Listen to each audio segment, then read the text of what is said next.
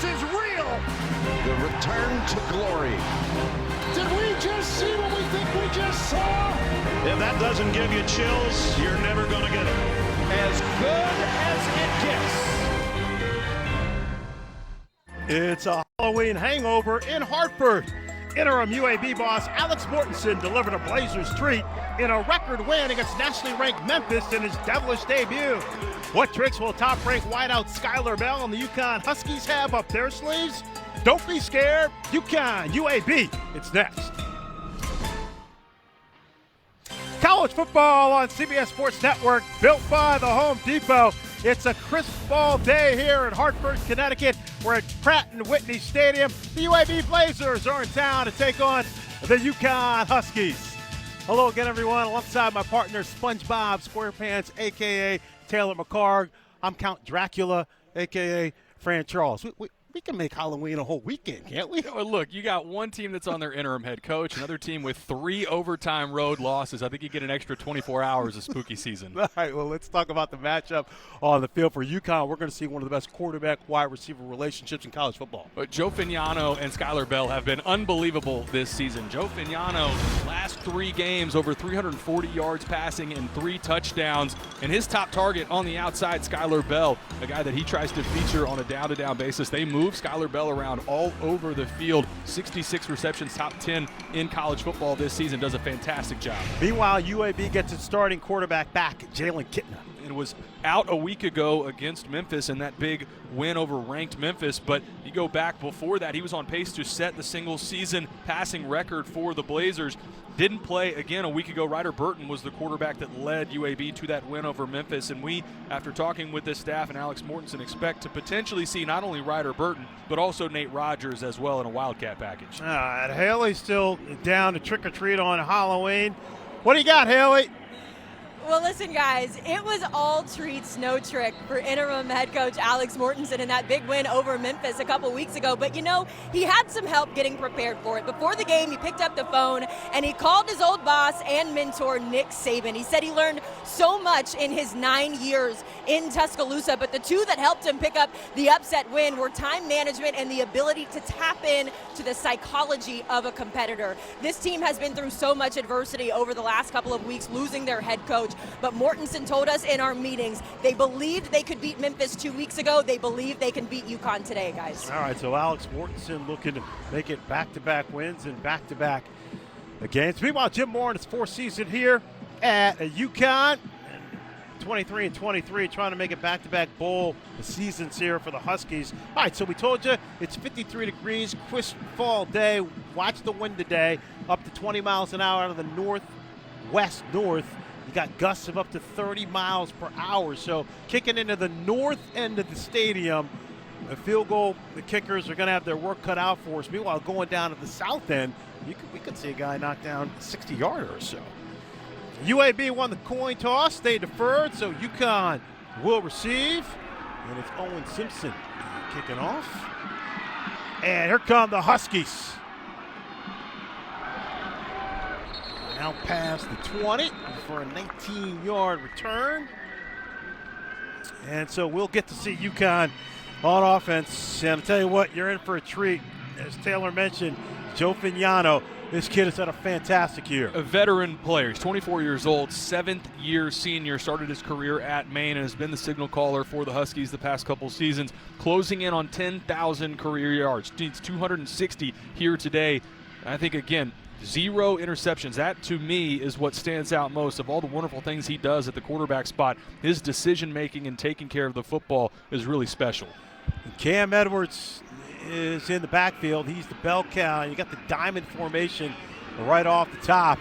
And they give it to Cam, and they love that stretch play in the running game. And you see his toughness right off the bat. Close to a line to gain. And a first down. Players to watch this afternoon, too. He's one of them, closing in on 800 yards already on the ground this season. On the other side, Devin Hightower at the linebacker spot. A guy that's coming into his own, had a great interception a couple weeks ago against FAU. They need a big game out of Devin Hightower, trying to slow down that rushing attack led by Cam Edwards. And UConn likes to play with some tempo, and so they will keep it moving. And that is Juice Farine, who's had a couple of big games In motion over the middle. And it's caught by John Nider for 5 yards. And Nider, 2023 Gatorade Player of the Year. Connecticut has played his way into a starting role. Edwards on the right side. He can break off some big chunks. Another first down for the Huskies. Iman Smalls, a.k.a. Biggie Smalls, on the tackle. You see a little bit of tempo here again from UConn after that second down play. Tempo is something they will utilize, mixing up. Sometimes they're going fast, sometimes hurry up to the line, try to get the defense to where they can't substitute, and then they'll slow it down. I think this offensive coordinator, Gordon Samus, does a great job of mixing up tempo. 6-yard gain, another first down. And Vignano on the play action. Oh, he is swallowed up and brought down by Smalls. Great coverage on the back end, trying to target Skylar Bell on a deep shot. Matched up on the opposite side of the field, but you'll see here, really nowhere to go with the football. Potentially an opening there to Romello Murphy. But that is a coverage sack. Great job by that front. And Iman Smalls closing in, coming away with that big sack. That's just the 9th sack of the season. Also something we talked about coming into this game. UConn offensive line so far this season had done a nice job not giving up pressure. Yeah, they do a great job protecting Vignano, and also they don't turn it over. Hey, on a wildcat, right off the bat, it's Terrence Smith, who gets deep in there. Blazer territory. A wrinkle we had not seen yet this season. First carry of the year so far for Terrence Smith. Had 5 carries earlier, but none a week ago. Somebody that they said they wanted to feature, has tremendous speed and home run hitting ability. Yeah, we're used to seeing Smith in the return game, and he's still in there. He got trips down to the near side of the field, and Smith checks out the right side, tries to move the pile, and Lily Morrissey is the first to get there for the Blazers. 6-yard pickup, and UConn's offense off to a good start early on. Doing a nice job with this offensive line, leaning on this front for UAB. And this defense for UAB, by far their best performance of the season a couple weeks ago. Coming off of that bye week, remember 2 weeks ago against Memphis, that win over a ranked team. You've got your interim head coach. The defensive side, by far their best performance, especially from that defensive line. All right, Vignano in the back in the shotgun. They flip it out quick to Skylar Bell, and this is where Bell excels. He is just so good in space. And they do a great job of coming up with ways to get touches to Skylar Bell. This is just a quick now screen, throw it to the outside, simple bubble. And one of the things UConn does such a great job of is blocking on the perimeter. You have to do that with your wide receivers in order for the screen game to be effective. Fourth first down of the game for the Huskies. Vignano looks left, now in trouble again. Held it on too long, and he's dropped for the second time this afternoon. Jonathan Allen gets him. Second sack of the opening drive for a team coming into this game that just had 8 sacks all season. And I would say this is another one where Joe Vignano's got to get rid of the football. Breakdown on the right side. Looked like Ty Chan, the right guard, just beat there from Jonathan Allen. I think Joe Vignano realizing against this front with UAB, that clock's got to start to take a little bit faster and get rid of the football. Vignano quickly gets it out to Bell. And that's basically an extension of the running game right there. There's no doubt. And for Skylar Bell, just getting it to him on the perimeter, one of your best playmakers. And for UConn, not only do they, coming into this game, not give up sacks, they don't turn the ball over. Only 1 fumble this season, tied for the fewest in college football alongside Temple. And going back to Joe Vignano at quarterback, for all the production he's had throwing the football, 0 interceptions. It's unbelievable. Unbelievable. And his decision-making, that's what offensive coordinator Gordon Samus said. I told him, I want you to be somebody that takes some shots, takes aggressive looks downfield, but don't turn it over. He's done a great job of that. Malachi Greaves, he's in the backfield, and he's got the rock. He's stuck, but they do pick up. Actually, no gain on that play. The 11th play of the drive. And now remember, this is the direction. Good job rallying, coming up with a tackle from UAB. This is the direction kicking into the wind that we wondered whether or not for both of these teams, would they be able to kick in this direction? Not surprised to see here 4th and medium, an area they typically would rely on Chris Freeman to come out and kick a field goal. Yeah, Freeman's had a great year, 14 of 16, but on 4th and 5, they're going for it. And Fignano, good time over the middle, too high, and incomplete. He's looking for Lewis Hanson, so 12-play Turnover drive. on down. And First the down, Huskies UAB. will come away Timeout. with nothing, and so just the way UAB wanted to start this football game as they hold the Huskies offense. And so we'll get our first look at the Blazers on the offensive side coming up. And we're back here at the Rensselaer Field, Pratt & Whitney Stadium. You see the wind whipping here. UConn just turned the ball over on downs. Jim Moore electing to go for it on 4th down instead of kicking the field goal. What do you think? He told us on the field that going in that direction for Chris Freeman needed to get it to about the 27-yard line. So I thought from where that ball would have been spotted, that's right at where it sounded like they needed it for Chris Freeman. Surprised they didn't try to kick it there. Yeah, we're talking about winds, gusts of up to 30 miles an hour. Jalen Kitna back on the saddle after missing last week with a shoulder injury, and he's having a fantastic season as well, the redshirt senior.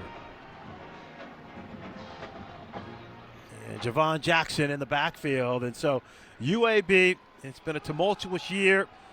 They lost their head coach, Trent Dilfer, close to 3 weeks ago.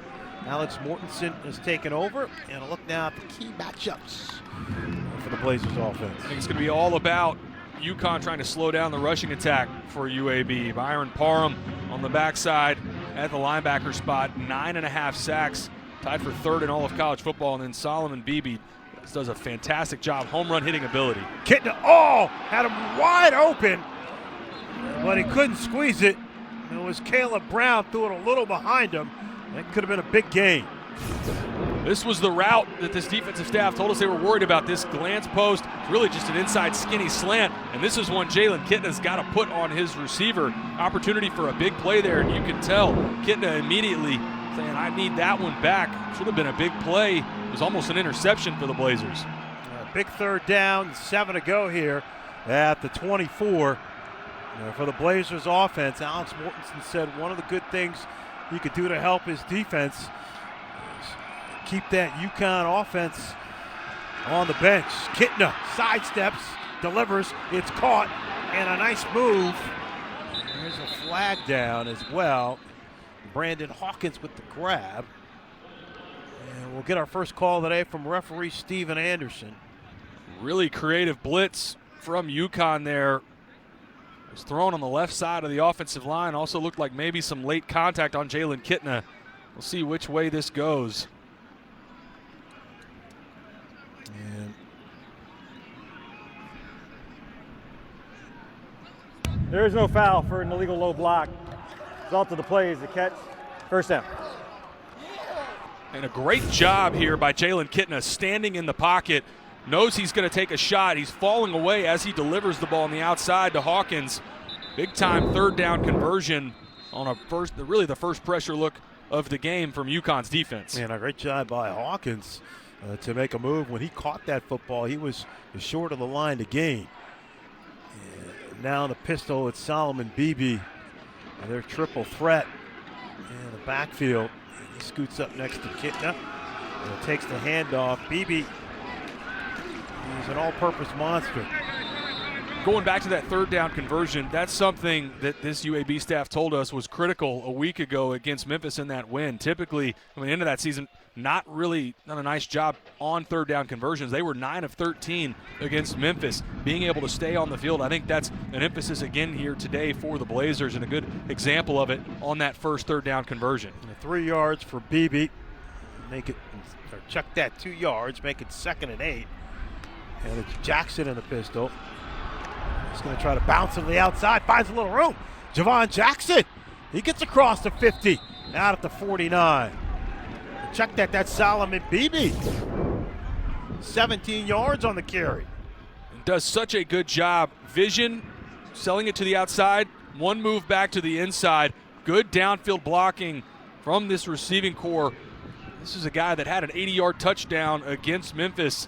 He's got that ability. If you give him just a little bit of room, he can take it the distance. Yeah, features in the return game as well. He's got over 400 yards Off kickoff returns. Jackson, the lone back, and now he's going to get a crack. And they are finding big gaping holes on the right side, and so Jackson close to the line of gain as well. He comes up just 1 yard short after gain of 9. And this offensive run game for UAB looks like UConn. Wide zone, guards and tackles are doing a great job getting a seal. And then anytime on wide zone, you got the opportunity as a running back. Either press to the outside, try to get to the corner, or open up a cutback lane. Good job right there taking advantage, almost picking up a first down. And so UAB having some early success moving the football. Jackson finds some round on the left side, inside the 25, and another big gain for the Blazers. Devin Pringle on the tackle, 19 yards.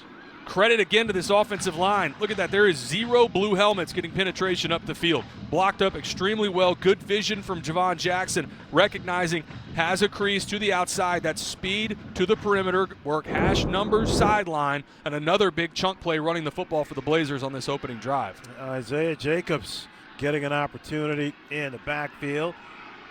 And now they fake pitch it to him, and he holds on.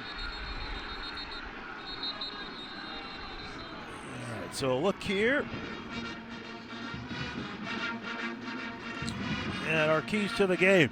For UAB, winning the turnover battle is more about creating takeaways on the other side. We talked about UConn, only 1 turnover all season. Would be huge for UAB on the road if they could create a takeaway for 2 or 2. And for UConn, eliminate the big plays. Gave up so many chunk plays a week ago in that overtime loss against Rice. 2 touchdowns over 70 yards. We've already seen a couple examples of the chunk plays on the ground that this defense has given up. Yeah, UAB, 6 carries, 52 yards on the ground. Kitna looks left, and now he's got to scramble, in trouble. Oh! Poor throw by Kitna, and it's picked off by Cam Chadwick. Chadwick coming back the other way. Kitna was trying to throw it away. Umar Diamande putting some serious pressure on the senior, and he throws an interception. This is just one where Jalen Kitna's got to throw it away. Good job by the defense and Cam Chadwick staying with the play, eyes back on the quarterback. First big momentum play of the game. It'll be UConn ball when we come back. Crisp day here in Hartford, Connecticut, and no score early on between UAB and UConn. What'd you see there on that last play, the Kitna interception? Well, as Kitna breaks the pocket, he is expecting his receiver to begin to work upfield. That's where you're seeing the shot play taken. But watch number 13, Cam Chadwick. He's got his eyes back on the quarterback the entire way. Great job by Cam Chadwick, but for Jalen Kitna, that's one as you're breaking contain. You've got pressure inside out from Umar Diamande. Just throw that football away and live to play another down. They were in the red zone, kicking with the wind, gave up points there in place of an interception. All right, so UConn, 12 plays, nothing to show for it in their first drive. They throw behind Bell. Let's check in now with Haley Sutton and more on Cam Chadwick. Well, defensive coordinator Matt Brock not surprised to see Cam Chadwick making big strides this season. He often refers to his mental toughness. It all stems from last year's battle at Wake Forest, where Cam gave up a big play on 3rd down. Fast forward to the 2-minute drill, and he had the same toss thrown his way, and this time he picked up an interception.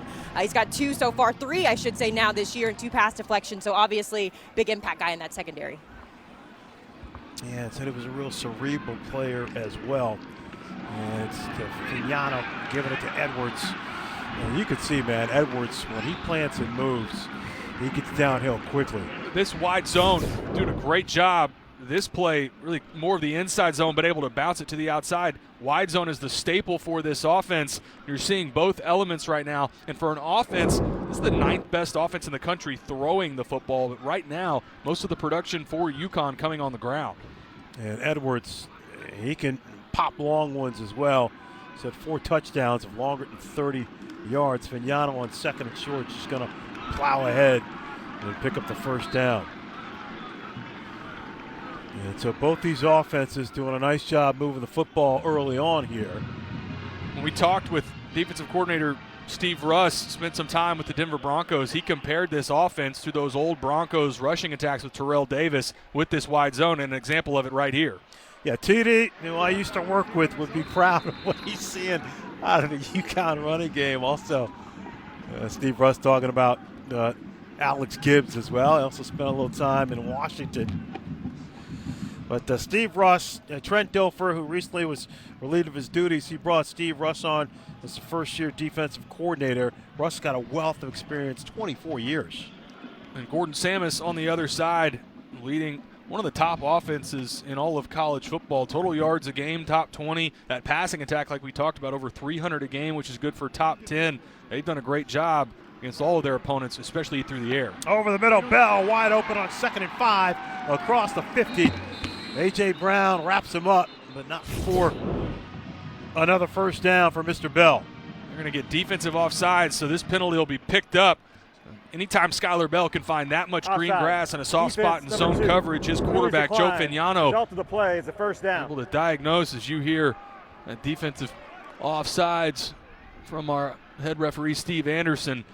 Also seeing, again, UConn mixing up that tempo. They do a great job of getting to the ball quickly. A lot of times they don't run a play, Fran, and they do that so that the defense can't substitute bodies out.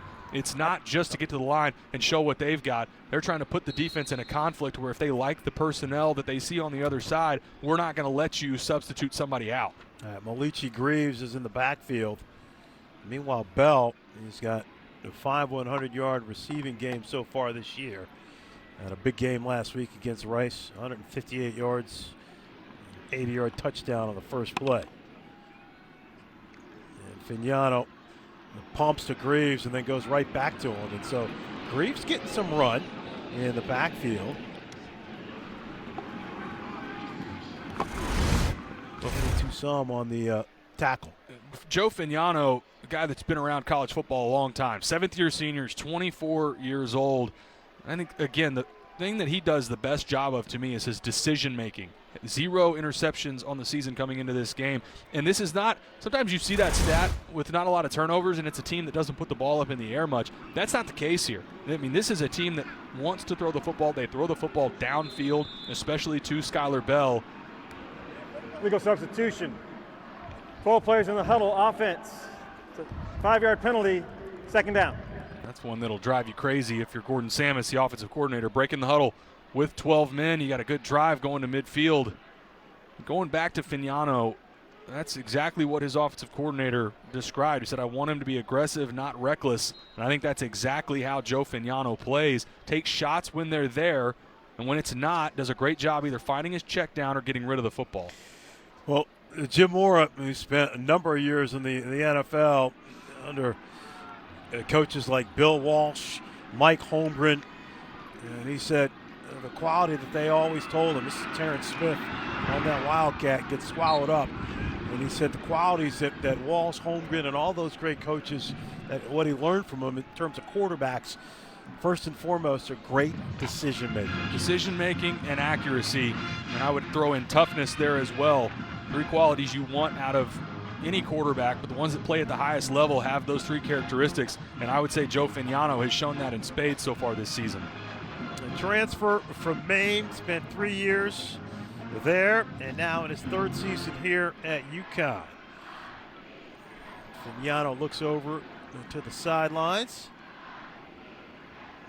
Play clock at 5. Lets it rip, and it's caught. How about that move by John Niter? Gets downfield inside the 30, and Niter, he can be explosive when he gets his hands on the football. Watch this move back inside. He knows exactly where that defensive back is. He's got a defender in front of him as well. Instead of spinning out to his left, he works back inside towards the field.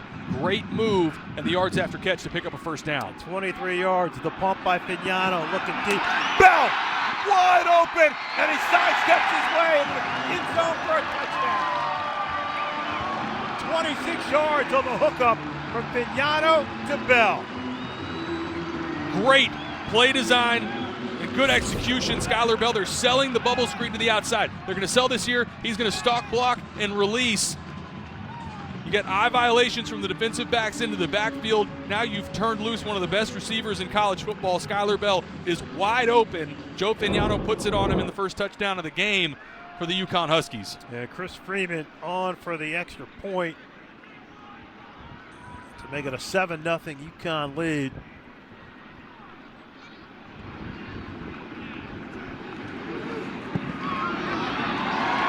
right down the middle. Freeman, one of the best kickers in the country. Well, this is what Skylar Bell does. Gets the ball in space, and he can be a handful. Puts UConn on the board early, 7-0.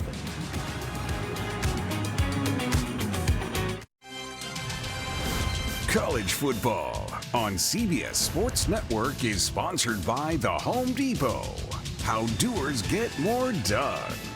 By Ram Trucks. Nothing stops Ram. And by Old Trapper Beef Jerky. What's your beef? So it's the second time these two teams have played each other. UConn won the first matchup in the series, 31-23. And for Jim Moore and his squad, about the time the largest comeback in program history. They outscored UAB 21-0 in the fourth quarter. And so off to a good start today. And Chris Freeman set to kick it away. And Solomon Beebe is deep for the Blazers. Also Isaiah Jackson back there as well. Jacobs, fair catch.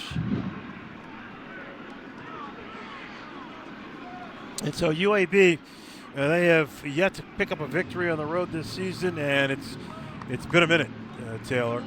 Well, this goes back to before the time for this staff and Trent Dilfer. I mean, you got to go all the way back to 2022 against Louisiana Tech for a road win.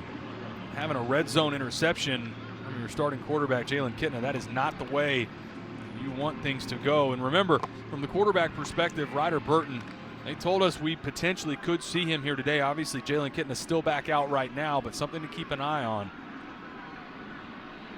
First and 10 for the Blazers after 25. And Jackson trying to find some room there. Damon Brinson with the tackle. 1 yard pickup. And again, big story that happened at UAB earlier this year, about 3 weeks ago. Trent Dilfer, his third season, was relieved of his duties. Alex Mortensen brought in as the offensive coordinator, taking over as head coach.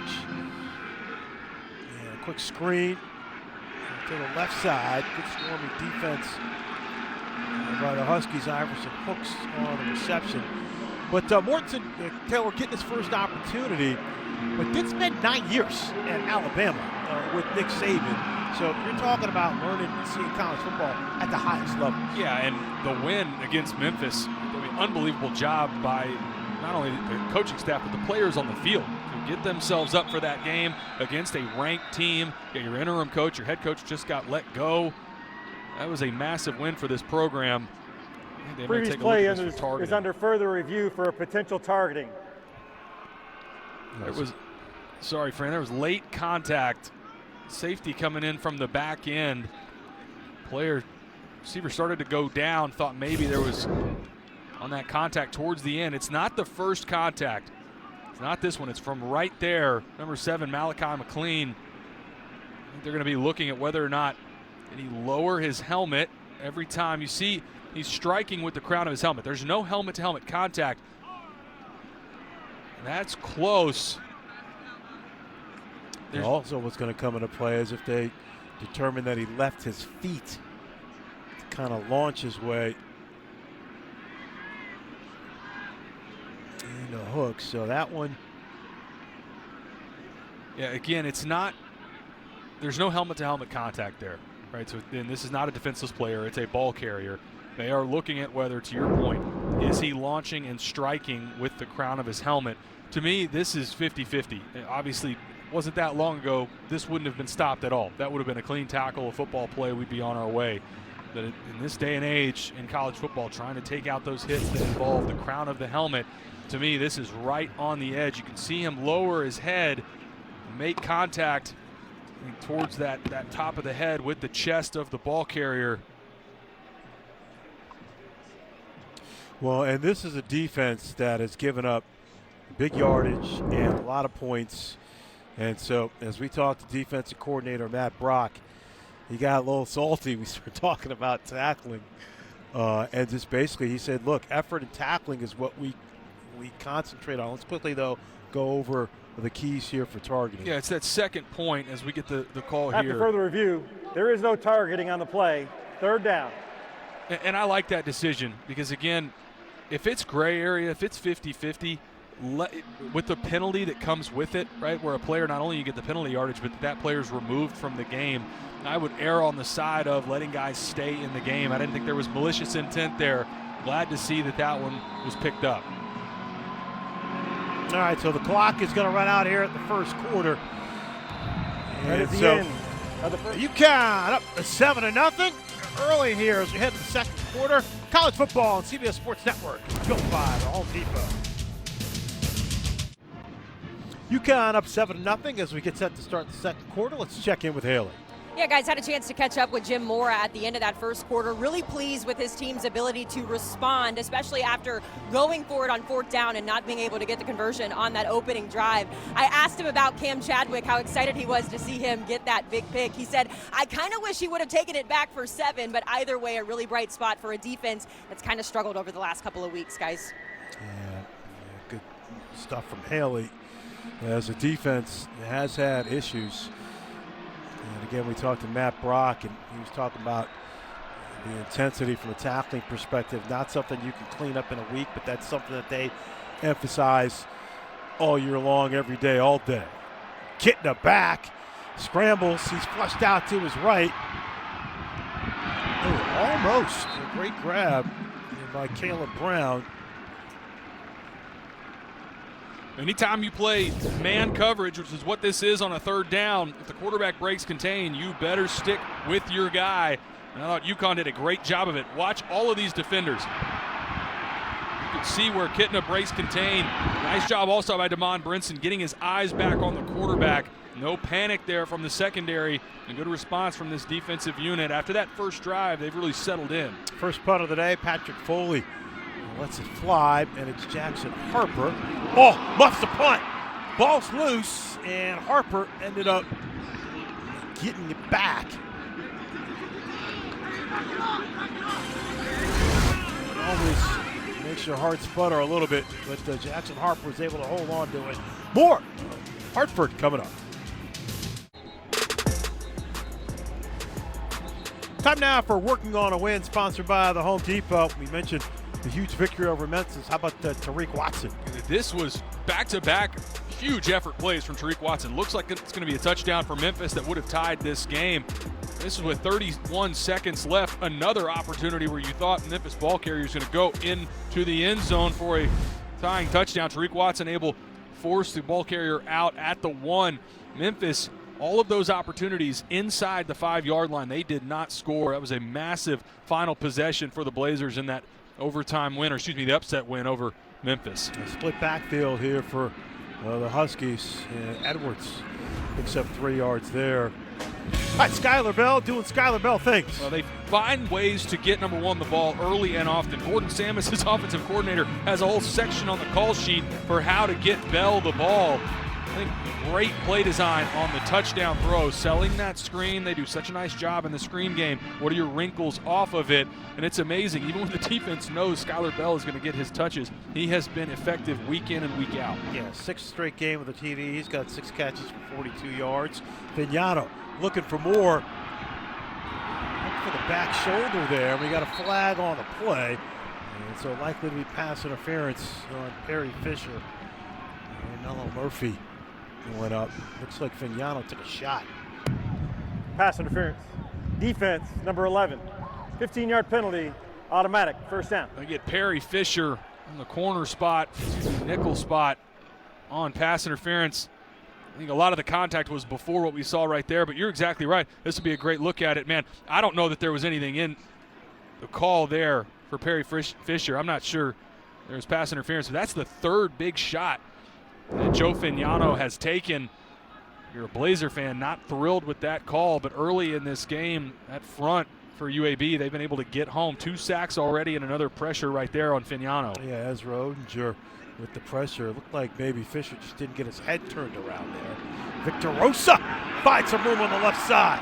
And Rosa with a good game on first down. Sarad Bryant with the tackle, but not before Rosa picks up 6 yards. A local kid from Bristol And this is the guy that's had to step up. We know about Cam Edwards, but Mel Brown broke his collarbone earlier in the season, and Victor Rosa has had to be the guy stepping up in that second spot and has done a nice job at running back. They go empty on second down, and a quick, smooth delivery to Alex Honig. And picks up a first down, and so Fignano showing you some of that good decision-making.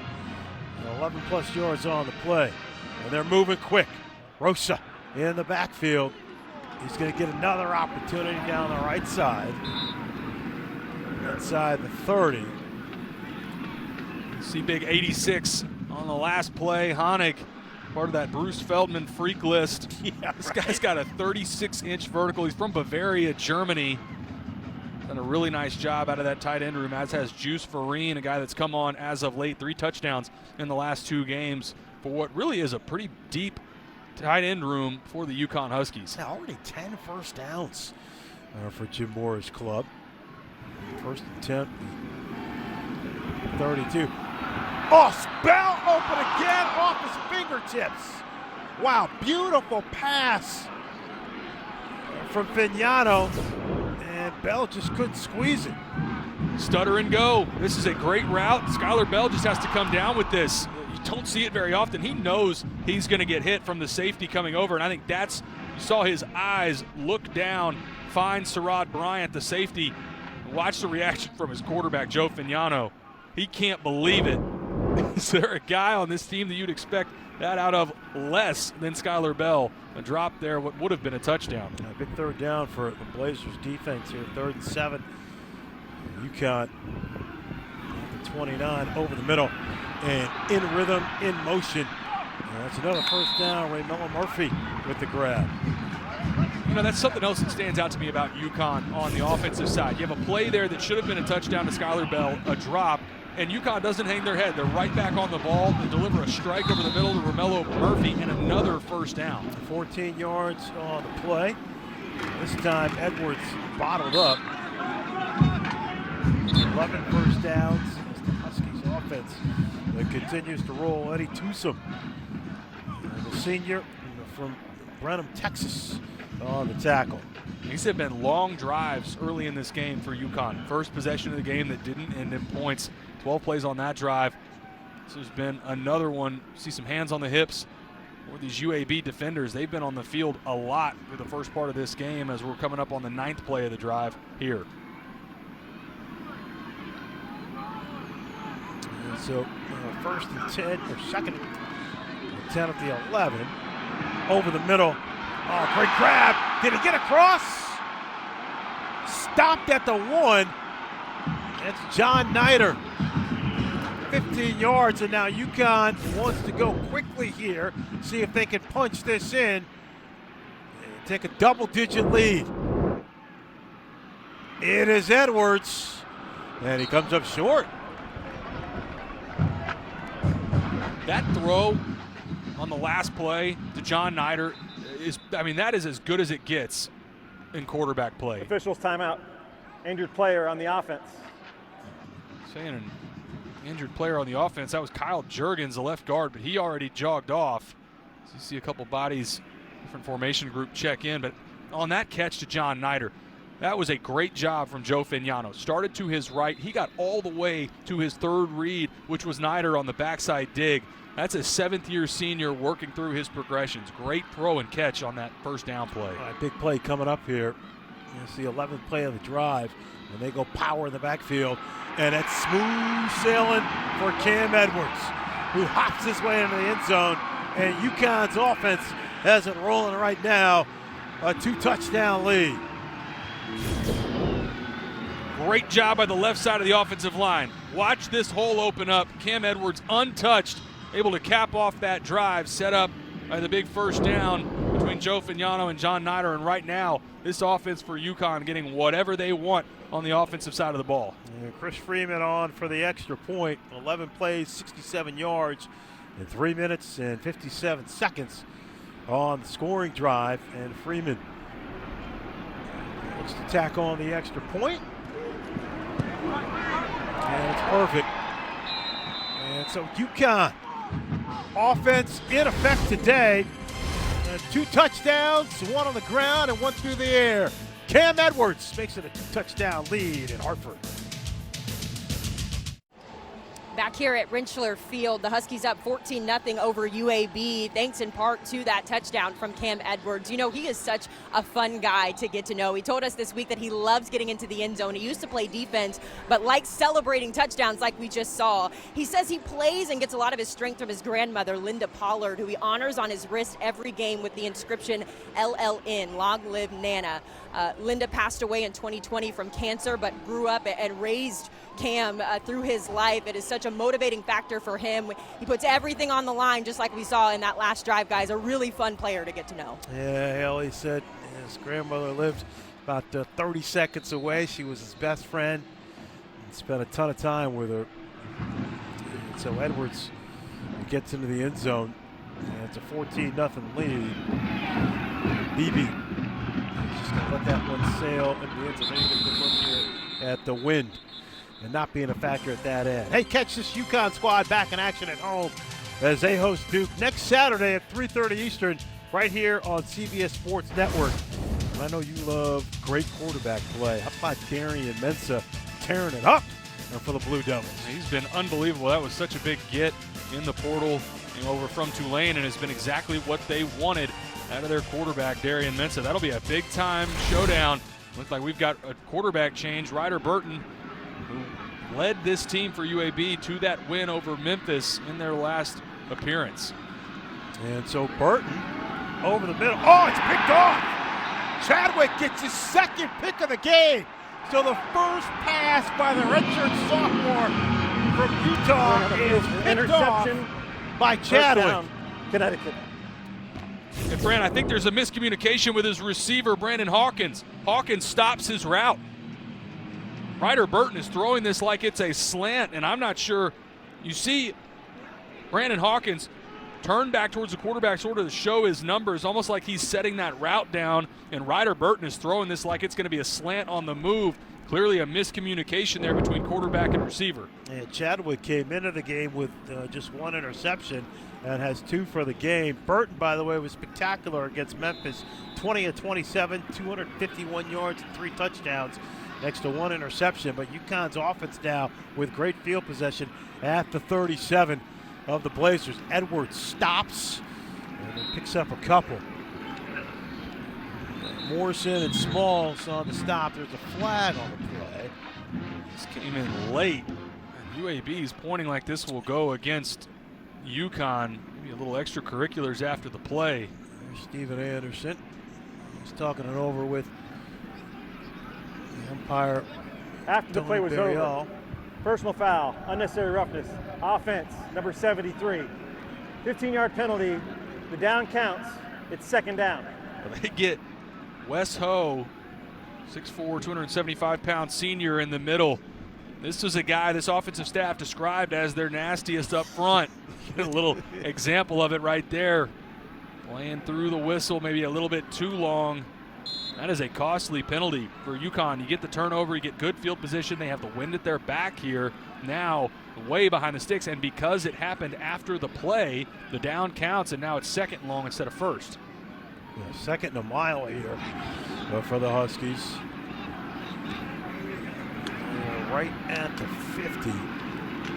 Fignano out of the gun over the middle, and it's caught. And a nice move by Juice Farine. Let's go back to the penalty. No, Wes Ho for 73. You see right here as he tracks this play. Again, tell your offensive lineman through the end of the whistle, but it's the headbutt there at the end.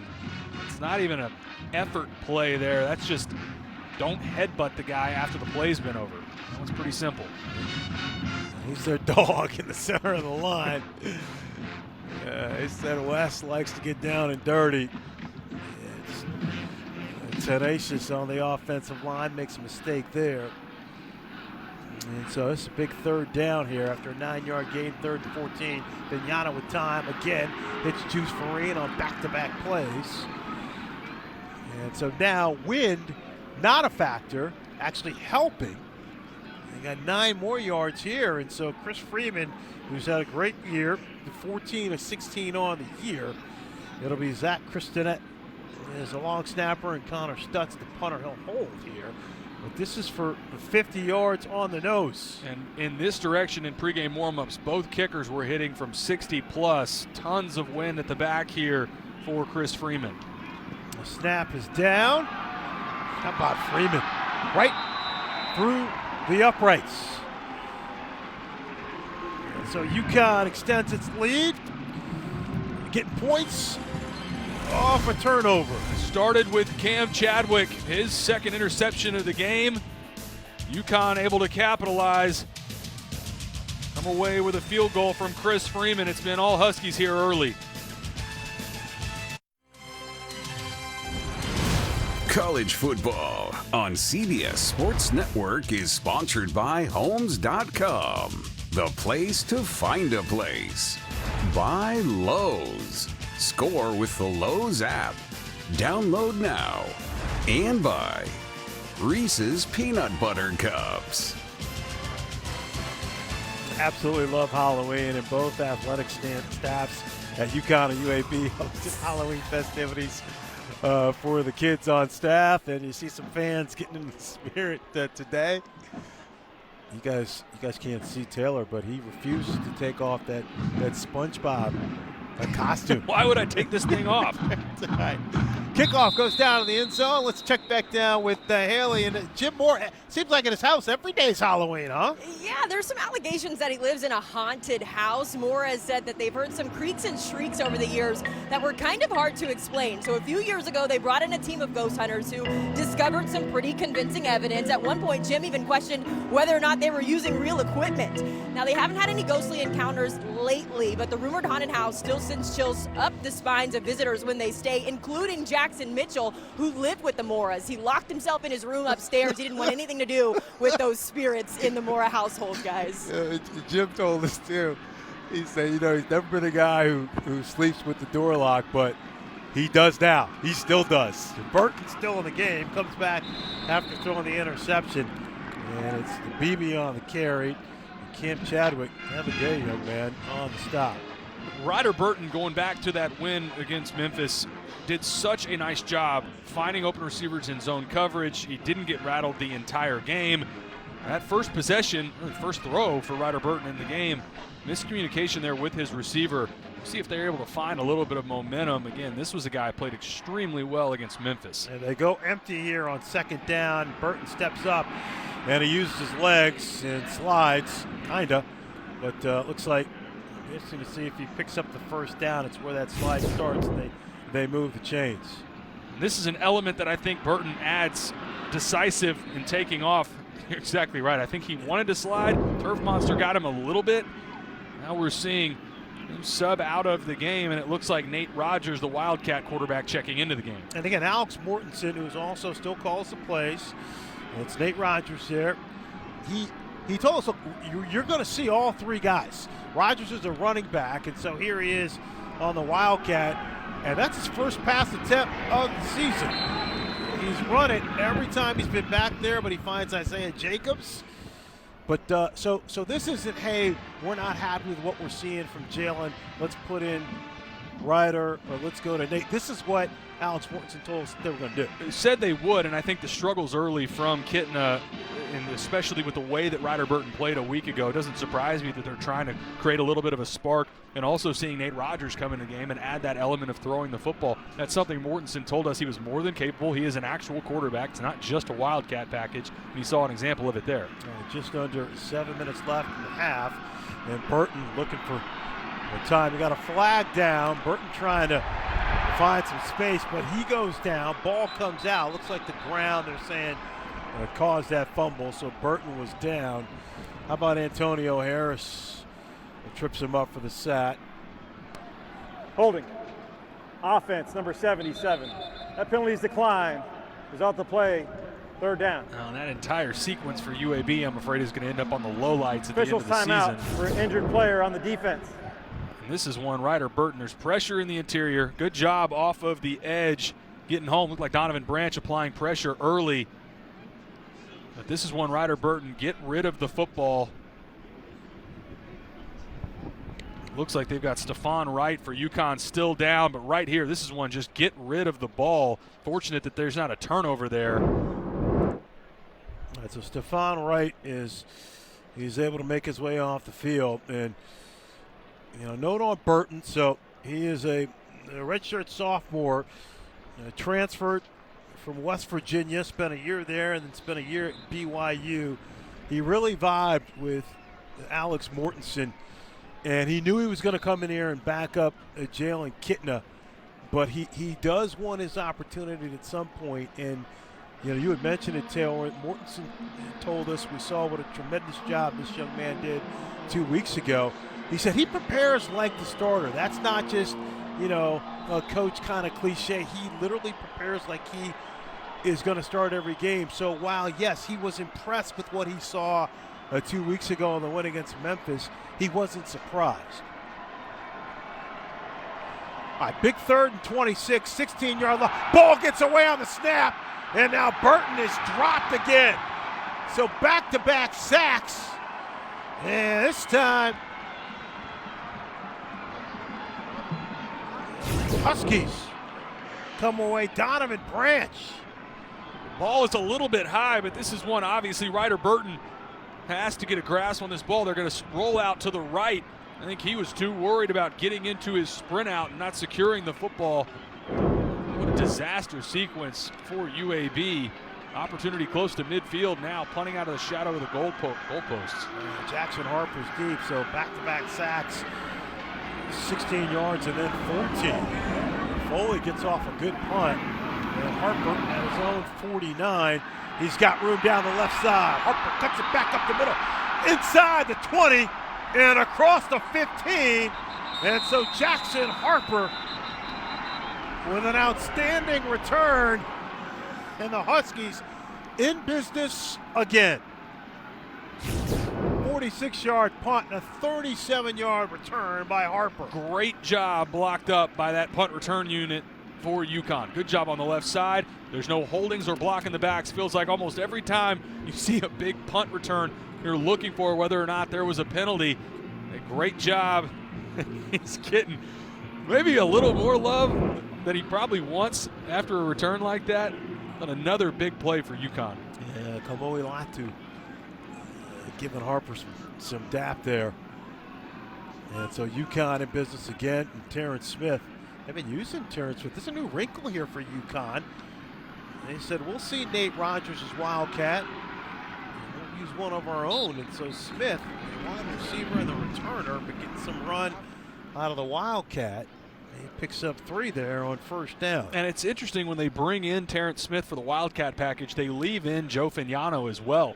He's out, lined up as a wide receiver, really not in a real stance as a receiver. I don't think he's given up the threat that he's going to go run a route. But that has been an element they've leaned on quite a bit in this first half with Terrence Smith at the Wildcat spot. UConn, last couple of drives, outstanding field position. The UAB 37, and they start this drive at the 19. Cam Edwards in the backfield. Fignano, he loves that shoulder shimmy, and he's able to avoid the sack. But Amori Morrison is able to wrap him up. Really nice coverage on the back end. They're trying to target Juice Farine on that nod route, selling like it's going to be the quick out and then get to the middle of the field. Defensive backs in the secondary for the middle for UAB, not fooled at all. Really nice job there, staying home and getting after the quarterback again. I would say this is the most pressure that we have seen on UConn and Joe Fignano so far this season. But also, as you see Fignano's numbers, good job by Fignano. He's got dropped a couple times earlier, recognized there was nothing there. He was able to scramble to pick up a couple of yards. 3rd and 5, and Fignano going for his man. How about Skylar Bell? Jumps up and mosses for the touchdown. 9 yards, Fignano to his main man, Skylar Bell, at it again. And Tariq Watson, pretty much nothing he could do there. Find your top target in the red zone. Tariq Watson's in a good position. It's a great throw from Joe Fignano, and a nice job by Skylar Bell locating the football, that body control, able to come down, get a foot in bounds. What a play as the route is on right now for UConn. Yeah, Chris Freeman, I want to see if he can make it 24-0 lead here in Hartford. UConn responding big time after the overtime loss to Rice. You were paying close attention to that matchup. We weren't going to talk about that. Good win for my Owls. UConn happy to have this first half get the bad taste out of their mouths, and what a start here early for the Huskies. And so Freeman off for the extra point and knocks it through. This UConn duo, no limit. They're doing it all day, every day. Vignano hooks up with Skylar Bell. At it again. It's UConn in a rout early on, 24-0. Taylor McCarg, Fran Charles, Haley Sutton back with you here. UConn up big on UAB 24-0. They have one of the most prolific offenses in the game, UAB, and they're showing it today here. So let's update you on the Husky as the previous Hydra. kickoff. Joe Vignano just keeps doing exactly what he's done all season. 14-17, 0 interceptions again, and finding his top target, Skylar Bell. It doesn't matter every week. The teams know that they're going to target number one on the outside. He's been phenomenal early in this game. Cam Edwards has done a nice job as well. I think UConn just hasn't had to run the ball as much in the first part of this game, and credit the defense on the other side. They've been dominating in this first half. The two takeaways on the back end from Cam Chadwick. That defensive line getting after both quarterbacks for UAB right now. What has been an absolute dominating performance in this first half for the Huskies. Yeah, Bell came into this game with great numbers nationally across the board. Second in receiving yards, second in receptions, and fourth in TDs. So those numbers are going up. And so that kick goes into the end zone. Let's check in now with Haley. Well, you would think this Blazers crew would be frustrated down 24-0 just ahead of halftime, but I can tell you there is some positivity on this sideline. There are a few long faces, but Sarad Bryant was going up and down the benches telling his guys, we're good, we got this, we have to keep our heads up. We also saw the quarterbacks meet after that last play on offense for UAB. They immediately got together, went over the film, and again, that positivity, we have to stay in this one, trying to stay before we get to halftime, guys. And so Alex Mortensen, Haley, sticking with Ryder Burton. It's Jackson in the backfield, flag on the play. Big game from Jackson, but we'll see what the penalty is. Damon Brinson on the stop. Be a hold against UAB after a good first down carry. Blazers again going in the wrong direction. Holding. Offense, number 75. 10-yard penalty, first down. Again, Caleb Perez, number 5, must stay out of the game junior left when his helmet guard, came off. gets his hands on the defensive lineman there. You see that jersey tug a little bit. That's one a lot of times in the interior. They will let that one go, but against Stephon Wright in the middle. See that? It's really the jersey turn and then the throw down there at the end. Not Stephon Wright, excuse me. That was Marquise Black. All right, so that'll back up Burton and the Blazers at 10 yards, the first 20 at the 15. Their passing attack so far today, 3 for 7 for 9 yards and 2 interceptions. That's between all the UAB quarterbacks. Play action there for Burton, and now he's going to take off. And picks up a nice game before he's wrapped up and hit hard. Cam Chadwick is the first Husky to get there. Good coverage on the back end, but I like the decision from Ryder Burton. Recognizes not there initially, didn't like this look over the middle of the field. Able to take off, pick up that penalty yardage. This is a huge drive for UAB. If they're going to try to climb back in this game, they get the ball coming out of half. What can you do here on this before you get to this 2-minute timeout? They get any sort of points here before they go into half. And Jackson in the backfield. Burton slings it out to the right side, and it's caught. 1 yard short of the first down is Brandon Hawkins. You like Mortensen sticking here with Burton? It was interesting that they went to Burton that early in the game, because I thought Kitten on the opening drive, they were moving the ball well. It was just a poor decision late to throw that interception to Cam Chadwick. But now this is a huge third down, and to me, Fran, kind of regardless of what happens here, this is 2 down. You've got 2 plays here to try to pick this up, down 24-0 in the first half. Yeah, big third one. That was Matt Brock, the defensive coordinator of the Huskies. He said this is where they have to improve mightily on 3rd down, 3rd and short, get their offense back on the field. UConn's defense has struggled in some big moments. Jackson along the right side and finds a seam. And UAB offense finding a little something here as we get close to the 2-minute timeout. 10-yard pickup there for Jackson. They're going to let the clock tick down. And so, Taylor, you said this it. Is the UAB 2-minute needs timeout. to get something going here. They're going to get the ball back. But Matt Brock has to be pleased with the job that the Cam Chadwick has done. It's all UConn up 24-0. Coming up on the Ram halftime report, we'll send you to New York, where Adam Zucker, Rick Neuheisel, Brian Jones, and Aaron Taylor, they're going to break down all the action on this college football Saturday. The Ram halftime report. All right, buddy. So give me your Heisman hopefuls. There's been some really good quarterback play across the country. Unfortunately for Diego Pavia, unless things turn around in Austin, I think that'll be the end of his campaign. Brennan Sorsby, how about that guy? 27 touchdowns, over 2,000 yards of total offense. Big game tonight for them against Utah. Fernando Mendoza, I think Indiana's been the story of the college football season. What Kurt Cignetti and that staff has done in 2 seasons has been unbelievable. All right, the UAB trying to get something going, and another good run here for Jackson. 10 yards, got 52 here for the game, and Malachi McClain on the stop. Personnel change again for UAB. I said they need points before half. I mean a touchdown. For a team that's down 24-0, if you've got any hope of making a comeback in this game, you need a touchdown here and then get the ball coming out of half. They've got all 3 timeouts, so plenty of time. And Burton trying to find a seam.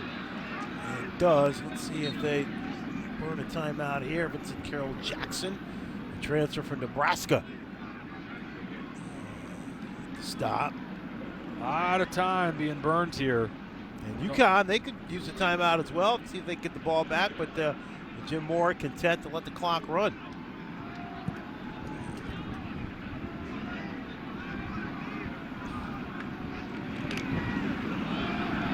Jacobs busts one up the middle, and again, all right, so we're at a minute left in the half. The Blazers with all their timeouts, and they're going to just keep rolling. 9 yards on the pickup. So it's 2nd and short. And UAB just electing to forego using a timeout. They go up the middle with Jacobs again. And now there's 34 seconds. Timeout. And UAB. we finally get a Blazers timeout here. What do you think there? 30 seconds. All right, well, we'll get your thoughts on the other side. Quick 30-second timeout here. When holiday inspiration sparks, there's only one thing to do. It's our first holiday here, so we're keeping it simple. Simply decorating everything. How would you hang garland? These will do the trick. Whether you're new to hosting or just ready for something Incredible. bring your traditions to life with the Home Depot. We go from football to footy as the USL quarterfinals begin. First up, it's Charleston Battery and Rhode Island going head-to-head at 2 Eastern. Then Sacramento Republic and Orange County face off at 9 right here on CBS Sports Network. All right, so the Blazers on the move, 1st and 10. They still have 2 timeouts left. Burton under duress gets away, and now he's got open field. And so Ryder Burton scampers inside the 20, gets out of bounds. 25 seconds left for 13 yards. Great job, able to break contain and breaks 2 tackles here. A couple different UConn defenders felt like they had an opportunity to get him to the ground. Big play now for UAB. Still 2 timeouts, moving in the red zone. Yeah, but you wonder, with 25 seconds left, they would have been better served. Maybe burning one of those timeouts earlier and had more time on the clock. In terms of allowing themselves more plays. Burton again moves to his left to the end zone. one-handed effort. And it trying cannot to be Corey pulled Milliner. down.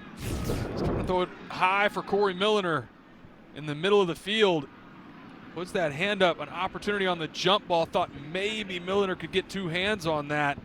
And I think right now you're seeing the element from Ryder Burton, able to break contain. A lot of the plays that he's making right now are off script. Running out of time though, opportunity here, 17 seconds. And remember, this is the direction kicking into the wind that'll be more challenging. 10th play of the drive, 2nd and 10. Burton out of shotgun, fires quickly to the right side. It's caught. It dropped in bounds. It's Elijah Lag on the reception. And so they burn another timeout here with 9 seconds. They're second. It'll be 30 seconds. And so Game Burton clock operator, trying to see if he please can get reset the Blazers to 12 seconds. in the end zone. 1-2. Meanwhile, the Huskies have done pretty much everything right. Defeated at home this year. If actually you go back to the final game of the 2023 season at home, they're 10-1 in their last 11 games. They've been really dominant here at home, and for a team that you think about the 3 losses they have on the schedule so far this season, they've all been on the road, they've all been in overtime, and this staff is aware of it. This is a team that they feel like could be 8-0 right now, instead sitting at 5-3, but anytime they play here at Pratt & Whitney Stadium, they have been really difficult to beat at home.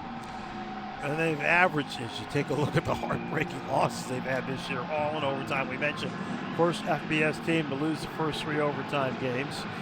They've averaged 47 points a game at home over the last 2 years. All right, 3rd and 4, 1 timeout, 12 seconds left. They put 3 seconds back on the clock. Burton steps up, and he's looking, and then that ball is tipped. He's trying to throw it away. Umar Diamande chasing him down. Thought maybe there was an opportunity early. Receiver open in the back line of the end zone. Good job by Umar Diamande staying with the play, getting a hand up just to get a little bit of this ball. And I like this decision here. Right now, a field goal really does nothing for you. Defense has really struggled on the other side. I like the decision here. Try, pick up a touchdown here going into half. Right, but on the flip side, you've got to get in the end zone. I mean, there's only 5 seconds left, so timeout does you no good. Burton now looking, fires towards the corner. Almost caught. Great defensive play. Milliner almost had an opportunity, but Devin Pringle was there to break it up. And so Matt Brock's defense coming up huge here to keep Ryder Burton and the Blazers out of the end zone. Of the Trying first to throw half. this whole shot. I thought an opportunity you could see trying as he goes to his knees to come down with this ball. Thought for Ryder Burton, maybe throw that to that outside shoulder. Good job by Devin Pringle rallying over, getting a hand on that, and keeping that shutout alive so far for the UConn Huskies defense. Yeah, it means a lot to Matt Brock and the defensive unit here as they're able to blank so far. UAB, they're up 24-0, all UConn. That's the end of the first half. You're watching college football on CBS Sports Network, built by the Home Depot.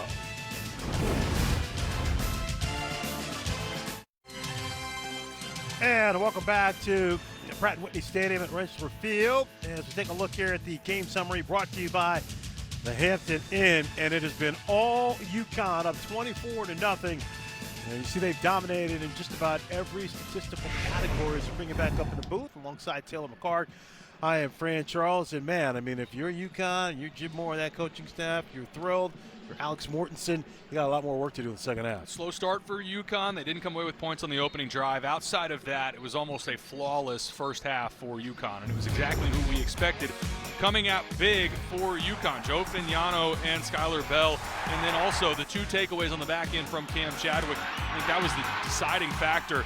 But Skylar Bell, you know that this guy is going to be featured in every game, and they still find a way to get him the football. And for UAB, we saw 3 different quarterbacks have pass attempts in that first half. You see the touchdown here again for Skylar Bell. He will continue to be featured, but I think looking into this second half, it'll be interesting to see what does UAB do at the quarterback position.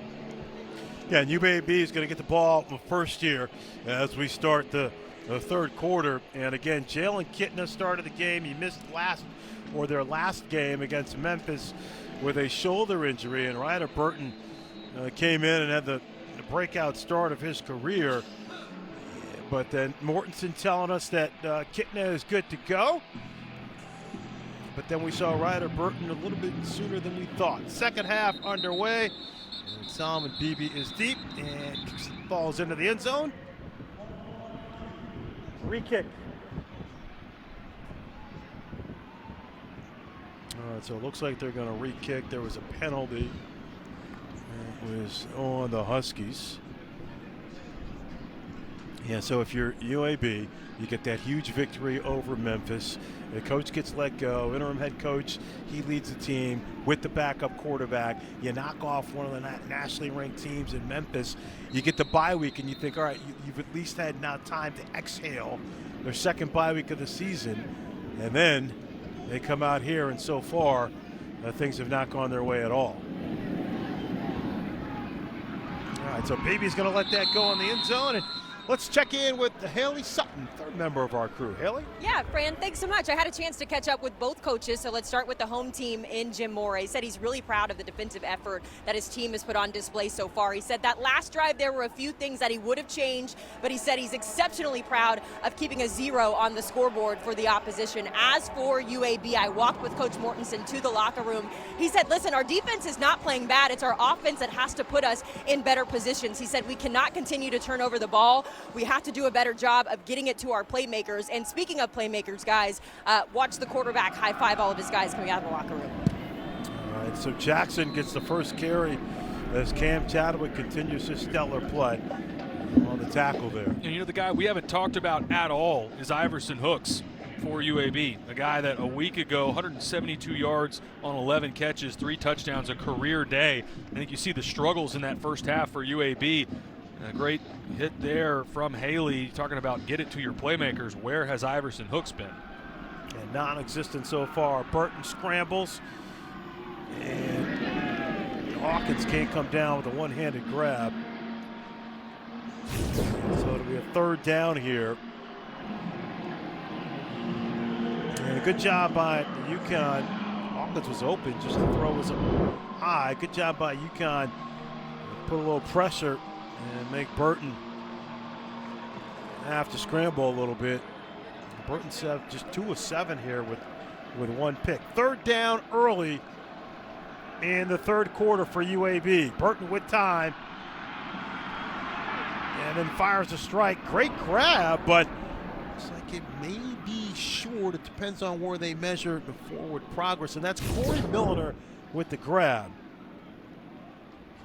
Good protection again from UAB, finding the receiver over the middle of the field. Interesting decision now here right out of the locker room for Alex Mortensen.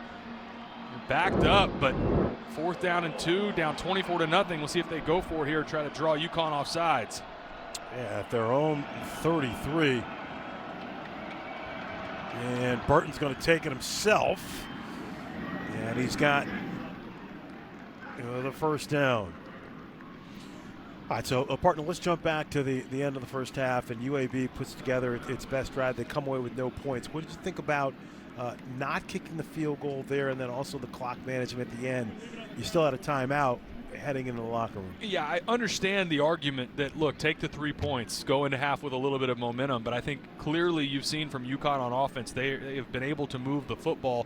I liked the aggressive decision to try to go at the end zone, come away with a touchdown. You would have gone for 2 for it there.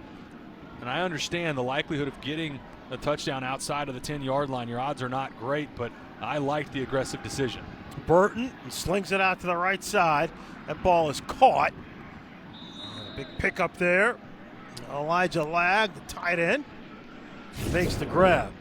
8 yards. Good job again in protection from UAB. Look at the front right now. No one getting home around Ryder Burton, working through his progression and finding his tight end in the flat, moving the football well coming out of half. And again, they just picked up a huge 4th down conversion at their own 33 on a 4th and 2. And Jackson is going to take it up the middle. Looks like he is just shy here. And so it's what you want if you're UAB. You want to stay out of 3rd and long. They see the heavier package check into the game. Antonio Ferguson, a couple of the tight ends. You can imagine they keep this on the ground. See the Burton, the 10 rushing yards, some of the sack yardage is wiped away. He's been more productive running the football than you see there. Isaiah Jacobs in the backfield. And Burton's going to hang on to it, and he's wrapped up and drops short of the first down. Lee Millette wraps him up before Burton can get to the line to gain, and so we got another 4th down situation. Watch 21 come all the way down from the safety spot and make a great open field tackle. Maybe the opportunity as Ryder bounces that to his right side, but swallowed up immediately by Lee Millette. All right, at the 44, close to the 45. It's a long two. They've got to get to the 47. And so another crucial 4th down here early in the second half for the Blazers.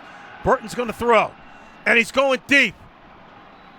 And looking for Milner, and there's no flag. Milner wants a flag, but doesn't get it. Cam Chadwick there again. First down, Connecticut. And so Matt Brock, very pleased with what he sees out of his defensive unit as the Huskies come up big, and they stop the Blazers on 4th down. UConn back on the offensive end when we come back. Tomorrow, count on another NFL on CBS doubleheader in the early window. It's the Colts facing the Steelers. The highlight then, their games always bring the drama. We expect more of the same Sunday. Mahomes and the Chiefs head to Buffalo to face Josh Allen and the Bills. It all begins at noon Eastern with JB and the guys live in Buffalo for the NFL Today. And there you see Mahomes and Allen. I think right now the Kansas City Chiefs and Patrick Mahomes are playing the best football in the National League. Or check that in the NFL. And I'd like to see Buffalo, before the trade deadline, go out and grab Josh Allen some help at the wide receiver position. And Joe Fignano, he's got a ton of talent. Lucas Hansen there at the reception there. At the wide receiver position, Fignano has got Skylar Bell, who has been tremendous. The 3rd tight end, talked about Juice Vereen, Alex Honig as well. How about Lewis Hansen? Michigan transfer getting in on the action. So 2nd and 4 here for the Huskies. And again, they start a drive, the 3rd time this game, inside UAB territory. Edwards on that stretch play. And he's going to be just short. And the second half couldn't have started any better for UConn. UAB feeling like it had to make something happen on that initial drive. And coming up short, did convert 1 4th down, but coming up short on that 2nd or 4th down conversion. And so Fignano and company really putting together a gem. They averaged 38 points offensively on the year. 3rd and short. It's Edwards, stutter step, and cuts out to the outside, but there is a flag on the play. Great footwork from Cam Edwards. It's in that area where usually you're going to get a hold offensively. Holding. Offense, number 73. 10-yard penalty from the spot of the foul. Replay 3rd down. They get the center, Wes Ho, again right in the middle. It's a couple of penalties right over here. You see that jersey grab on the left shoulder. Again, anytime you see that ball carrier start to bounce it, defender pulling away from you, just have to let it go, and that's right in front of that umpire in the middle of the field. That'll get called every time. And it's so tough in real time when the running backs bounce at the outside. You just got to have that feel here. Fignano quickly out to Bell. And Bell powers his way to a 1st down. And so the senior from the Bronx, 185 pounds, but kept the legs churning. Anytime, it's like the spark plug in this offense. Anytime they need to get a little momentum going, flip it out on the outside to your top target, and his quarterback, Joe Fignano, loves it. Easy 12-yard completion. 6 catches, 83 yards for Bell today, and a couple of touchdowns. And it's Edwards. Gets to the outside. The Huskies are rolling. They're going to get a flag for a late hit out of bounds. And defensive coordinator Steve Russ for the Blazers, he told us, hey, Sherrod Bryant was the one who got the late hit.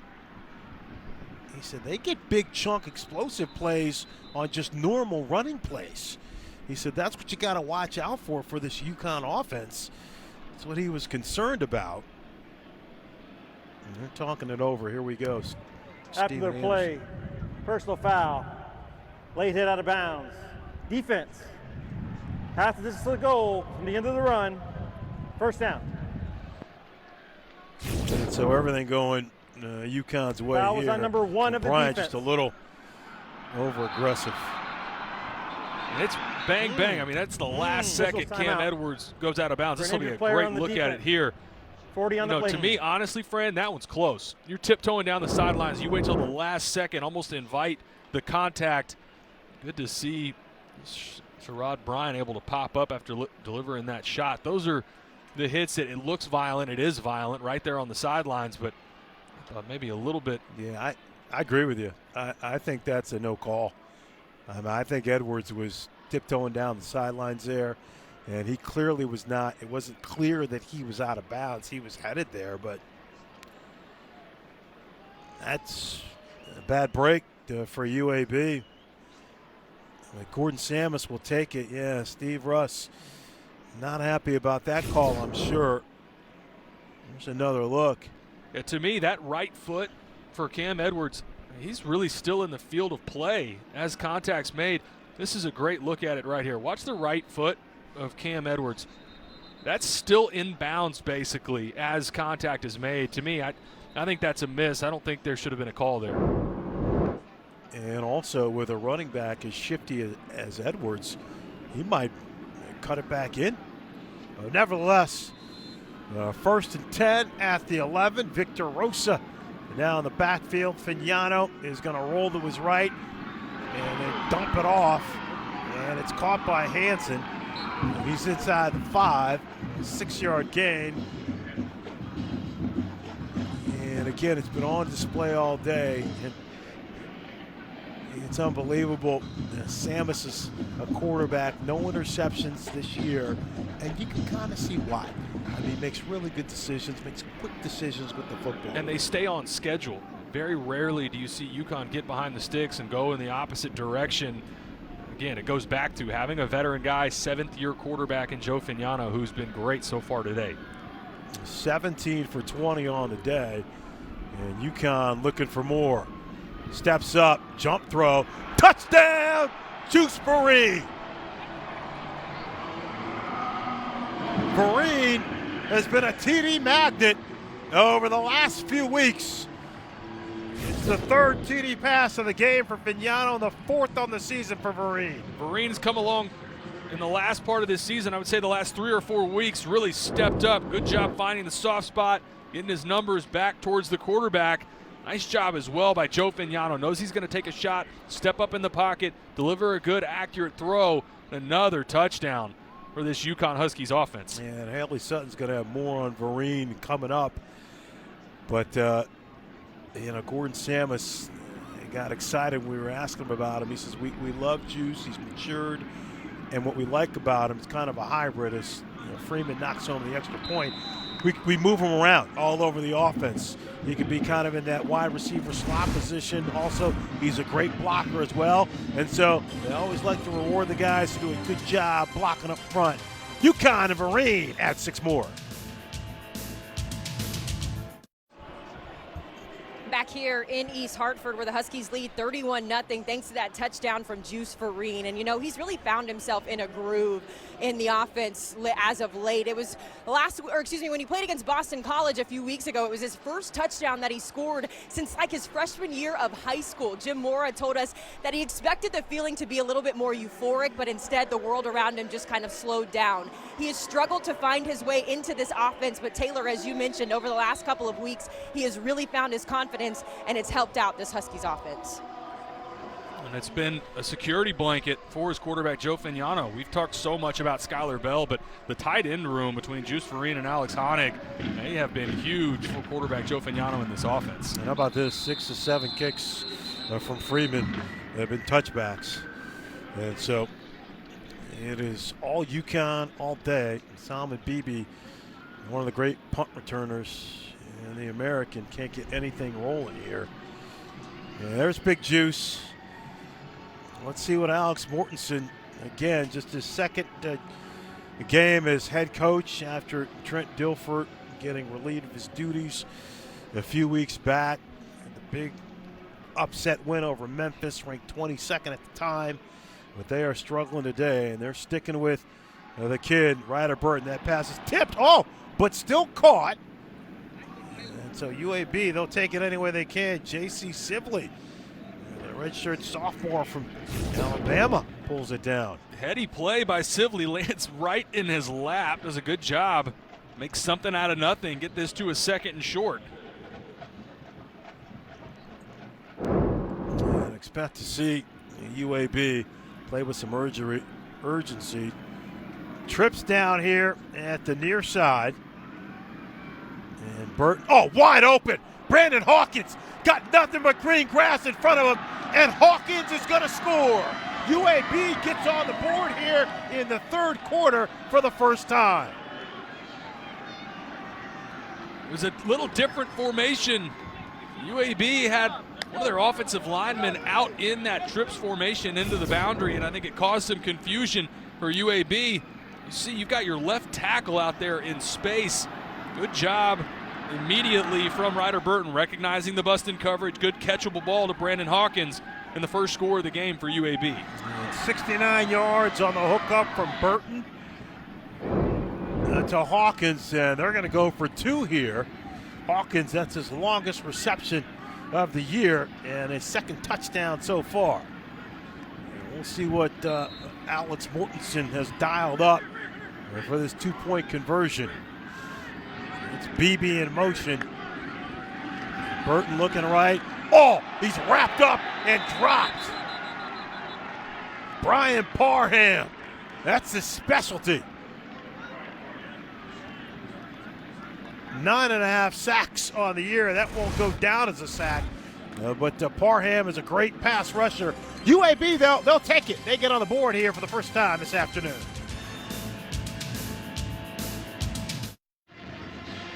(31-6), UConn on top. UAB gets on the board first. A little trickeration on Halloween weekend. Creative formation. These are the tackles. The only receiver that's legal is on the outside. That's your receiver, Brandon Hawkins. But Brandon Snee and Logan Moore, your tackles that are out blocking on the perimeter. Really creative play design. It causes some confusion on the back end for UConn. No one left home to pick up Brandon Hawkins. Well, Alex Mortensen, he has been an offensive-minded genius at UAB as an offensive coordinator. And they rack up over 415 yards per game. And also, again, we told you, he spent 9 seasons on Alabama's coaching staff with Nick Saban. So a little pooch kick there. So Joe Fagnano having a great afternoon. Exactly what we expected out of the 7th-year signal caller, Joe Fagnano. Done a great job distributing the football, specifically to his top target, Skylar Bell. Great touchdown here to Juice Farine. Been everything that UConn fans have hoped that they would see out of their quarterback. You can see 72 yards, closing in on 10,000 career yards. Still look at the end of that stat line as well. 0 interceptions. Does such a good job taking care of the football. And as a former QB, you got to love that, the 0 picks. Fagnano going deep to his man, Skylar Bell. Threw it out to an area, and Bell couldn't get there. Good coverage. Yeah, always impressed with quarterbacks that take care of the football. I certainly did not. But Joe Fagnano does such a good job of keeping this offense on schedule. And what I mean by that is it's not just the plays that are the highlight plays or the touchdowns or the completions. Sometimes that means when a play's not there, doesn't try to make too much happen, gets rid of it on time, and also finds his relief valve, whether that's tight end or his running back in the flat. Oliver Lundman Coleman, the kid from Sweden in the game. Oh! And how about Coleman? Lowers the boom. We asked Coach a few weeks ago when we were in Hartford about this European contingency they have between Alex Honig and then also Oliver Lundberg Coleman. How about that shot delivered by big 44 Lundberg Coleman? I said, do you have some representative in Europe that's like helping you with scouting these players? Yeah, he said Oliver's a bowling ball. Once he gets going, he's tough to bring down. And just ask Jeremiah Vessel. He made the tackle there. A 3rd and 5. Big play for UAB's defense. See if they can get off the field. Fignano rolls right. Had 3 receivers on the right side. Wide open is Bell, who does such a great job of finding that soft spot and making the grab. Jeremiah Vessel and Perry Fisher get confused on who's got who here. Somebody has to travel with Skylar Bell. He sells vertical and then peels off on that corner route. It's really more like a sail route. Good patience from Joe Fignano. That's a bust-in coverage on the back end. And now Edwards won't get much here on the right side. It's 28 yards on the hookup between Fignano and Bell. And so Bell over 100 yards for yet again the 6th time this season. And then Fignano getting very close to 10,000 for his career at both Maine and here in UConn. And we talked to Gordon Samus about Fignano and what his plans are. Wants to be a coach, but offensive coordinator told him, look, kid, play as long as you can. You don't want any regrets. Going deep again. Nice defense there. Broken up as Chris Parker is trying to grab it to Marion Crumpley. I thought if this ball's thrown high, maybe an opportunity here for Parker to come down with it. Good coverage by Crumpley. I think a little more air on that opportunity there from Joe Fignano. But like you mentioned, closing in on that 10,000 yard mark, now 44 yards shy.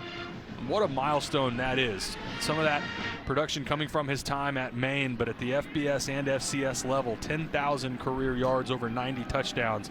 Been a remarkable career for Joe Fignano. 5:24 left, a 3rd and 10. See what UAB's defense can do here. Fignano back, strike over the middle. Bell wide open at the 5. How about a trifecta? The 3rd touchdown of the game for Skylar Bell. And UConn continues to roll. It's the Saquon Barkley in the end zone, and I'm not sure how he ends up this wide open. You know, one is the top target. Passed off in the secondary, working right up the seam, finds that spot in zone coverage. Good recognition by Joe Fignano, and a strike to his top target, Skylar Bell. And so for the 2nd consecutive week, Bell's going nuts. At 158 yards against Rice, albeit in an overtime loss. There's Freeman for the extra point. That's money. But how about this? 8 catches, 149 yards, and 3 TDs for SB. Wide open. Fignano to Bell. Yeah. Big Joe says, my man. 38-6, UConn rolling.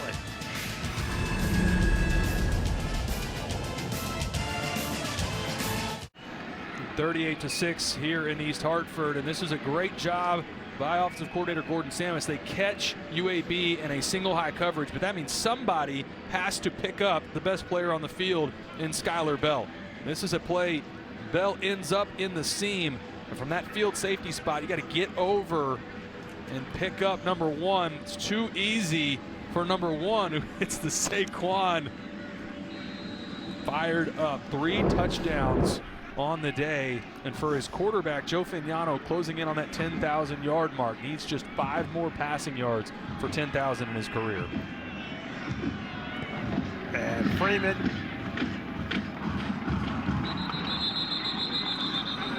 another touchback. And now let's take a look at the AP Top 10 powered by Ram Trucks. See the bottom there, Miami and BYU tied at 10. And Vanderbilt getting throttled in Austin. Imagine they would drop back. Georgia Tech, out of all of these teams, we talked about Indiana earlier. Georgia Tech, to me, is a team that is not getting enough attention with what they're doing. Haynes King, one of the toughest quarterbacks in all of college football.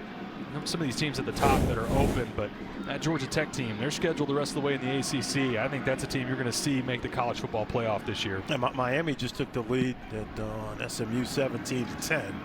And meanwhile, on CBS, you got Indiana and Maryland at 3:30 Eastern. And so running play here and for UAB. So tell me what you're working on if you're Alex Mortensen. And game's a little bit out of hand, 38-6. So what do you want to see from your offensive unit here? Yeah, interesting that for Ryder Burton, he's been in the game really since midway through the first quarter. And Jalen Kitna, he was dealing with an injury from sat out against Memphis. Wonder if that flared up again. And Burton just a little bit behind Corey Milliner.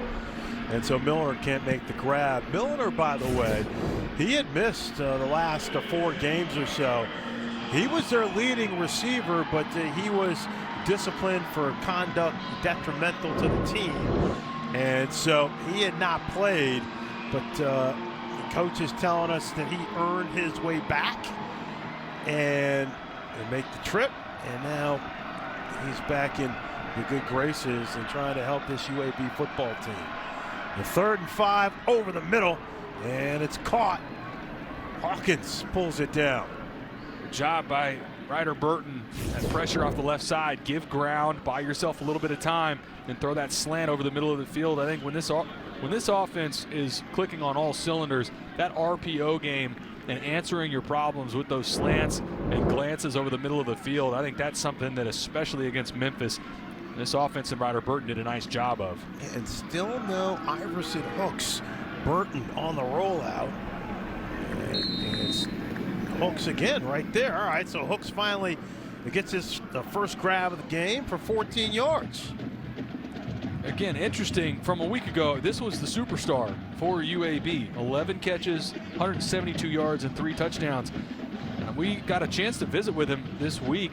Loved our conversation. Asked him, and what's your favorite route? He said, yeah, it's easy, run by you, which I love that line. That's right. But today, UConn's had a nice plan for trying to limit the production from 0 Iverson Hooks. And now it's BB, an all-purpose monster. Diamande brings him down. You saw Iverson, even after that catch, you saw him kind of wave off the coaching staff. He wanted to stay in the game, so not sure if he's dealing with, maybe he might be a little nicked up, but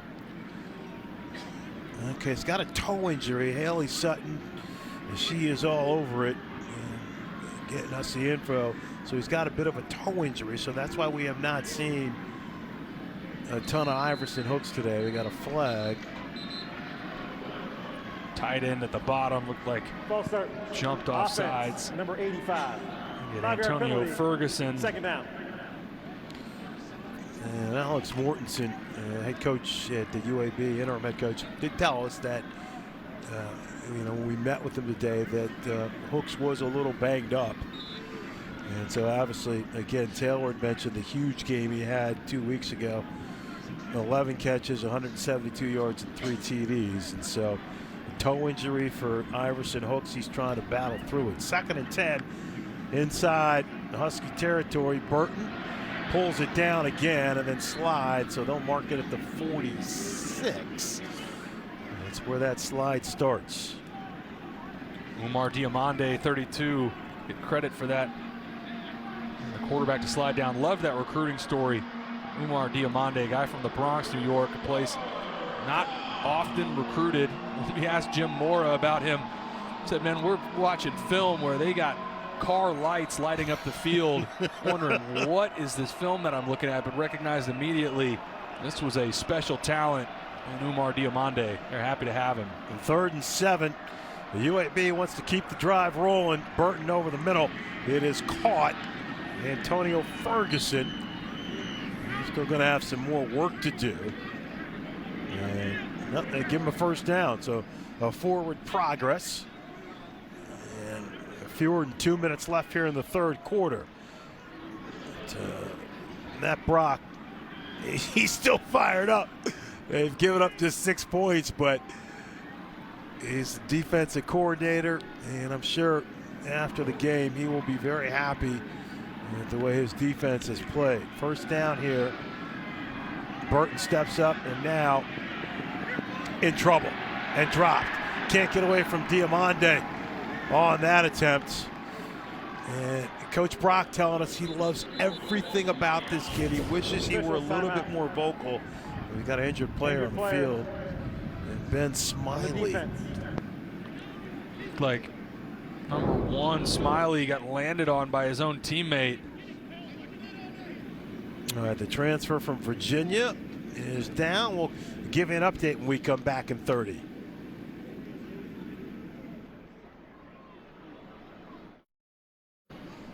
All right, and we're back here. Taylor McCarr, Haley Sutton, Fran Charles with you at Pratt and Whitney Stadium. So Ben Smiley is down, number 1 for UConn, and he got crossed up. His own player fell on him. Number 33, curve and shoot. And so Smiley, transfer, played 4 years at Virginia.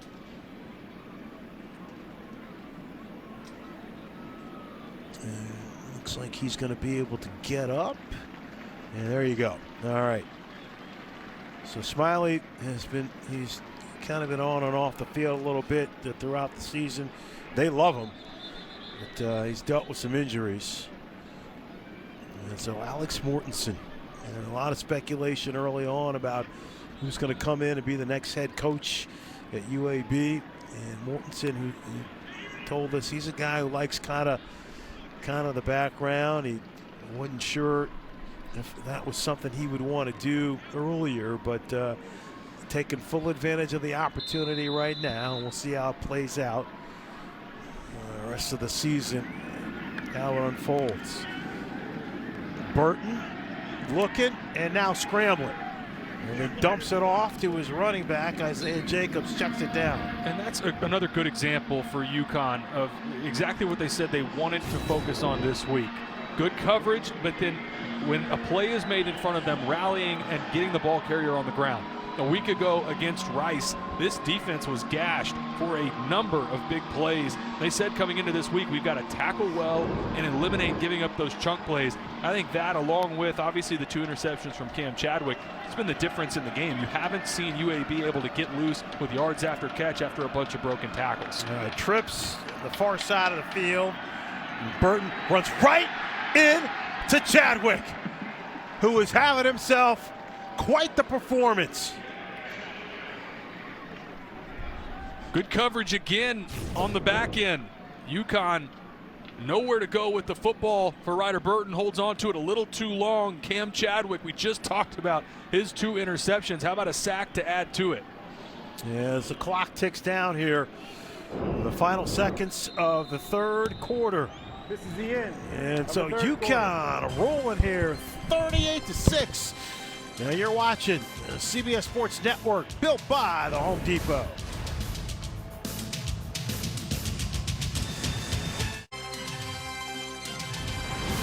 College football on CBS Sports Network is sponsored by Hampton by Hilton and by the Home Depot. How doers get more done. You don't think Jim Mora loves this stuff? 63 years young. This is moments ago getting his team psyched up for the 4th quarter. And of course, Jim has done a tremendous job.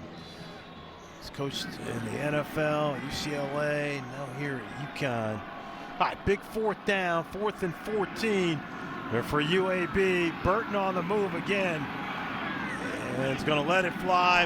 And did Cam Chadwick get another? And the Huskies are fighting amongst themselves. And if so, it'll be the 3rd pick of the day for Chadwick. It's the Huskies. Well, they're going to get it either way. Great play by Cam Chadwick. Umar Diamande forcing the pressure. And I love our ball boy up here on the right side, making sure that everybody's aware of which direction the ball is going to go. Right here, big guy flashing in here, making sure, let you know, yes, It is UConn ball going the other direction. How about that performance? We probably, going into that last possession, Skylar Bell's probably your player of the game. I don't know now. Yeah, Cam Chadwick, 3 interceptions, a sack, bunch of tackles. Unbelievable game for Cam Chadwick. He snatched that ball away from Malachi McLean. McLean thought he had one, and Chadwick said, I'm going to take that from you, sir.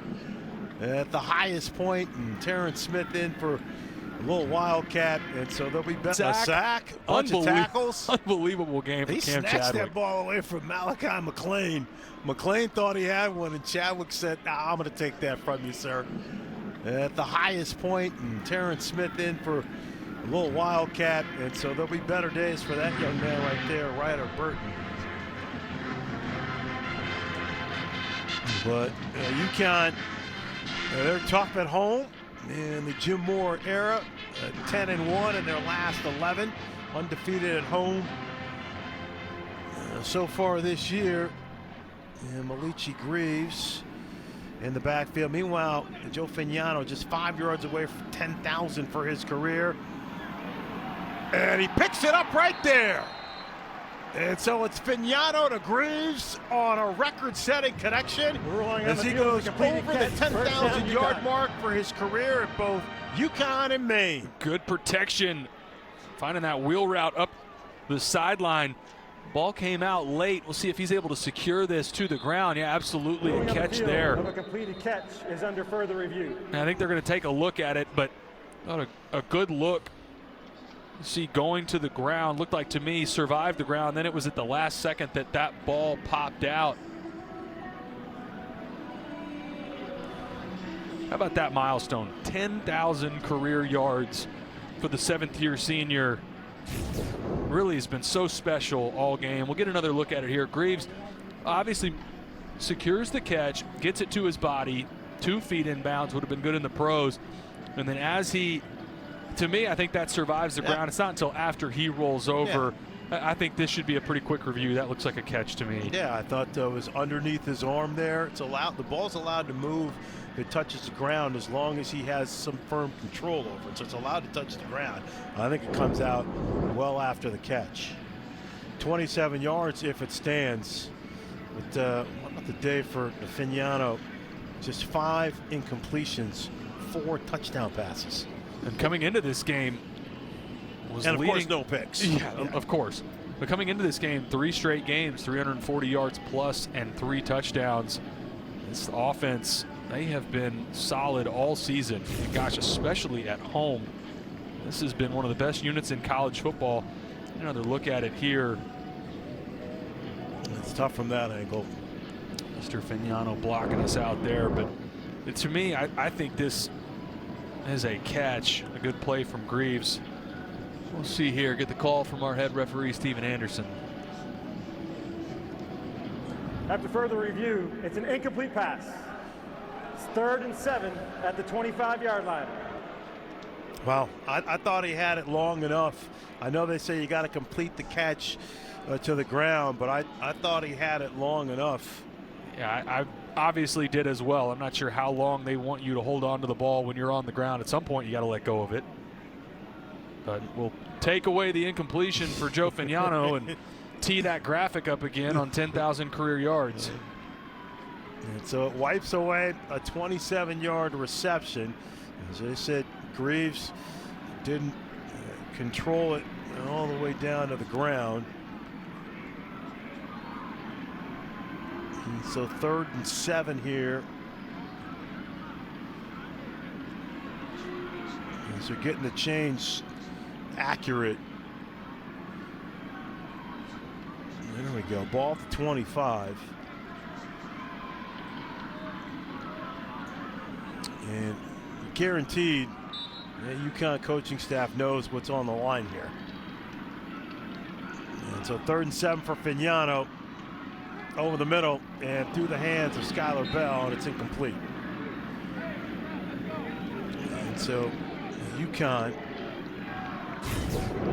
will punt for the first time today. A rare miss, trying to get it to Skylar Bell over the middle of the field. Ball sails a little bit on Joe Fignano, and fortunate that this wasn't his first interception of the season.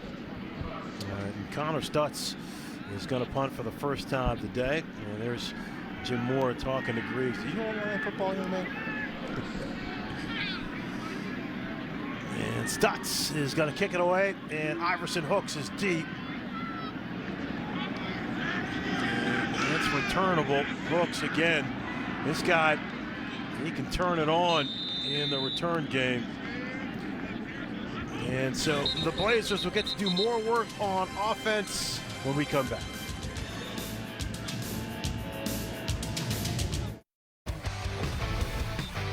All right, so Cam Chadwick has been tearing it up so far today. It's been all over the football field.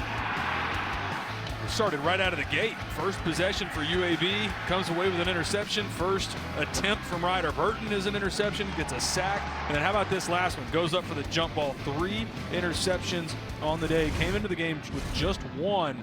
Unbelievable performance so far today from the redshirt sophomore from Plainfield, New Jersey. Yeah, ties a UConn individual record, the 3 picks held by a few Huskies. The last time it was done, it was Andrew Adams back in 2014. Nate Rogers in the backfield, and he's going to keep it here. And a nice spin move there, and so Rogers shows you some of his quickness. But for more on Chadwick, let's check in with Haley.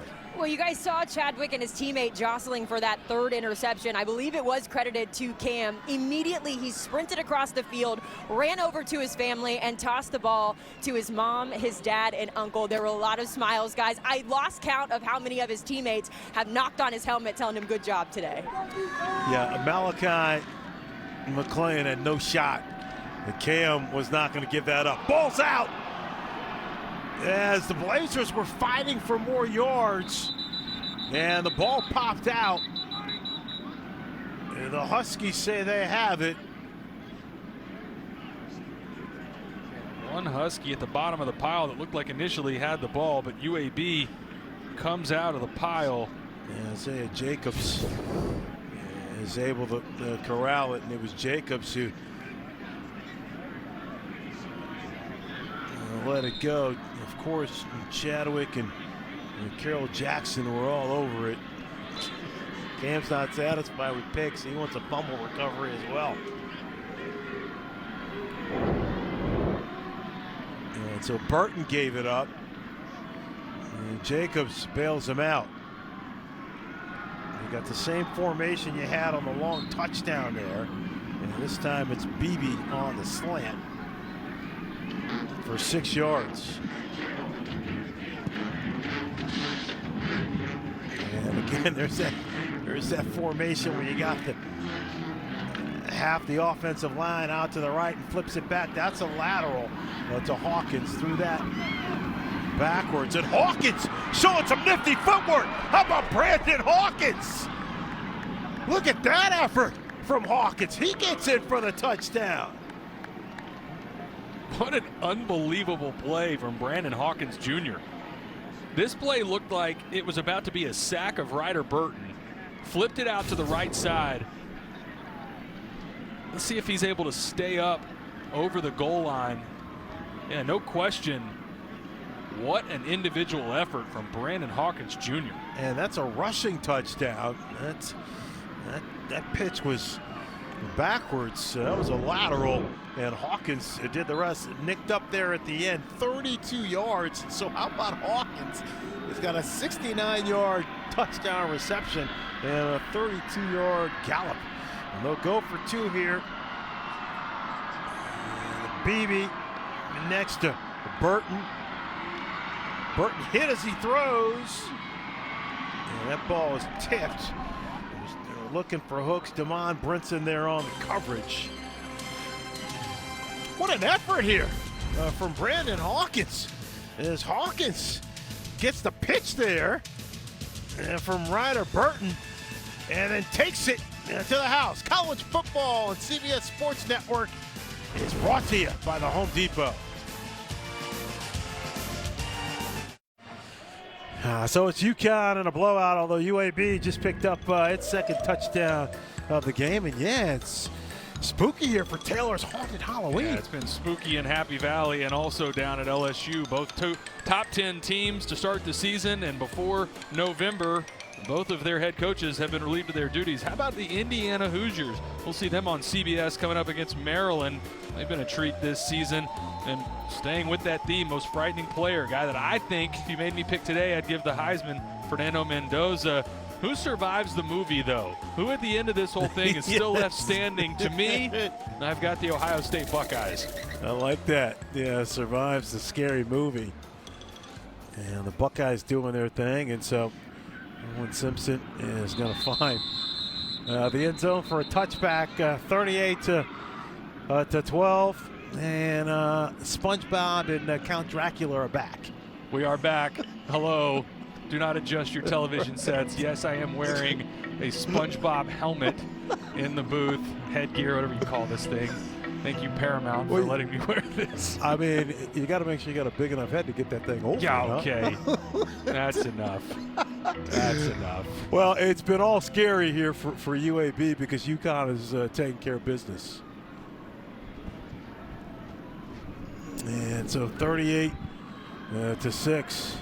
And again, going back the other way, it's Malichi Greaves.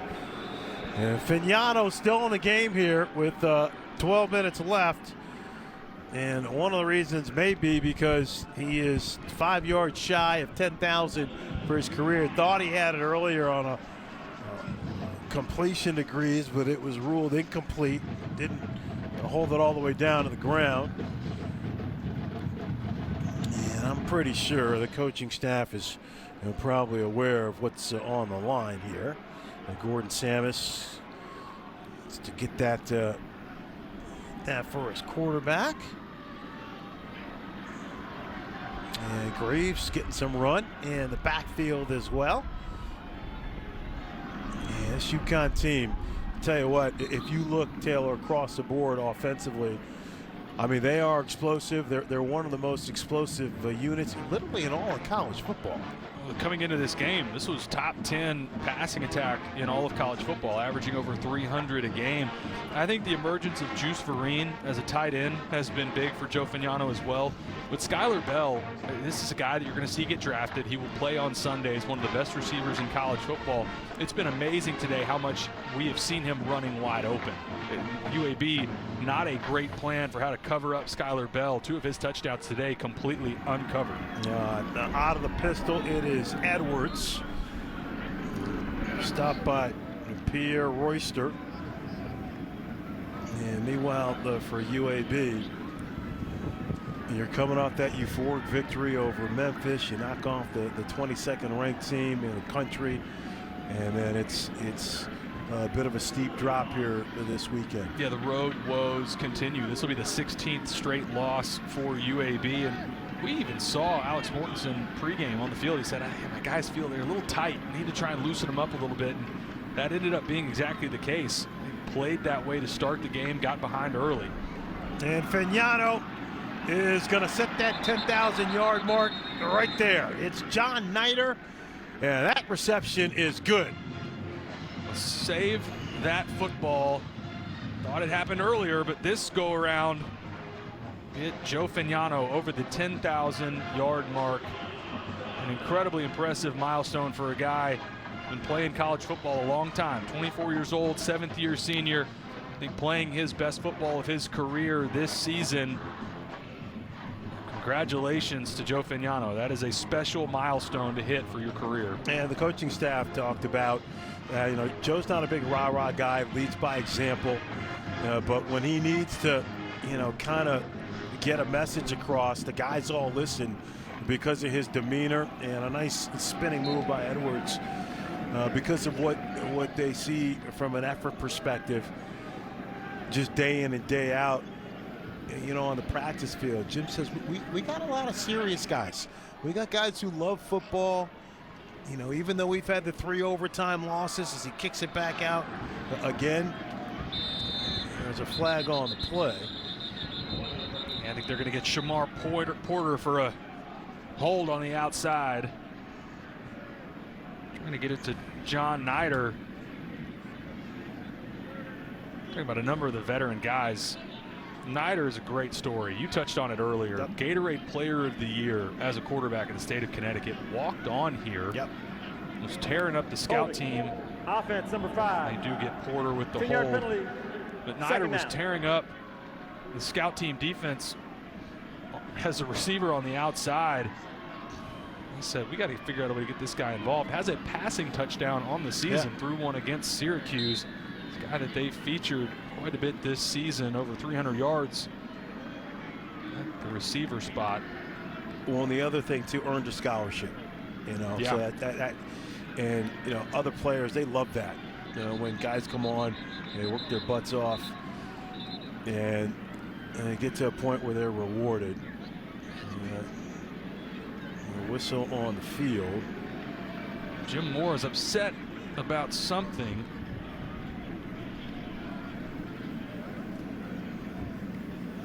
And so Moore talking to Steven Anderson here, the referee. Got his point across. And now having a conversation. Not quite sure what it's about, but we'll get some info here from Steven. This has to do with where the penalty was spotted and called from, and where the ball ended up being spotted. I think Jim Mora recognized they had this a couple yards deeper than where the penalty should have been assessed.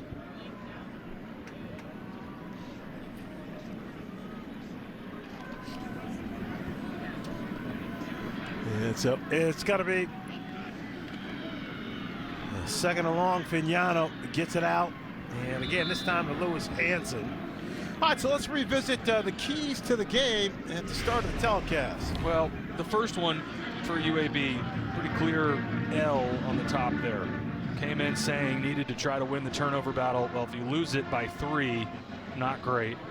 And then for UConn, eliminating the big plays. Only one allowed of over 25 yards. That was such a struggle for this team a week ago against Rice.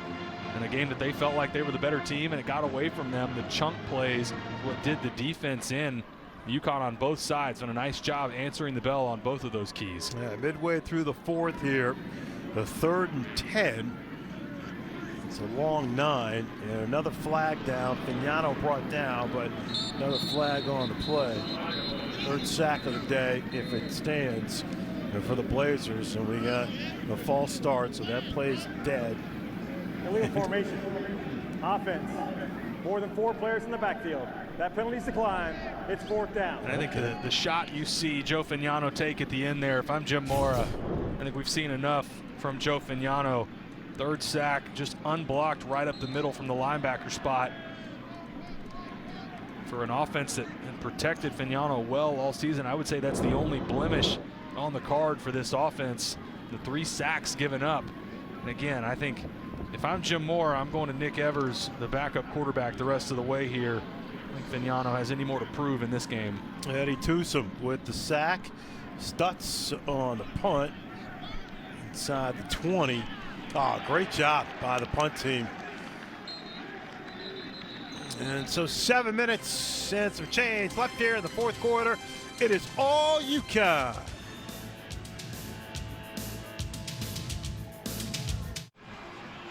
Taylor McCarg, Haley Sutton, Fran Charles with you here. Another strong performance for the UConn Huskies, up 38-12. Time now for the Geico play of the game. Sell the bubble to the outside, hit the bubble and go to Skylar Bell. First of his 3 touchdowns on the day. One of the top receivers in all of college football, and he's shown you why. Revisit the Husky Hydra.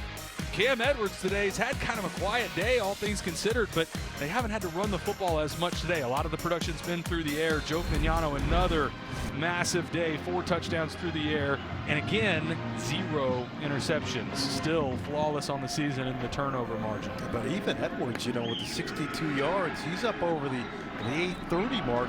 Oh, what a hit by Brian Parham.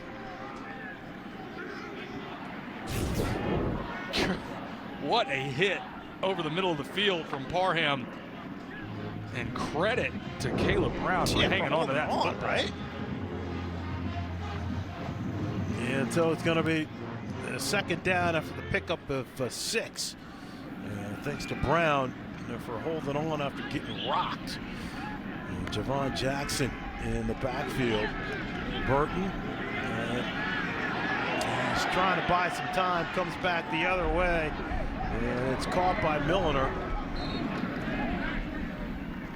And it's 4 yards there, and they get the first down.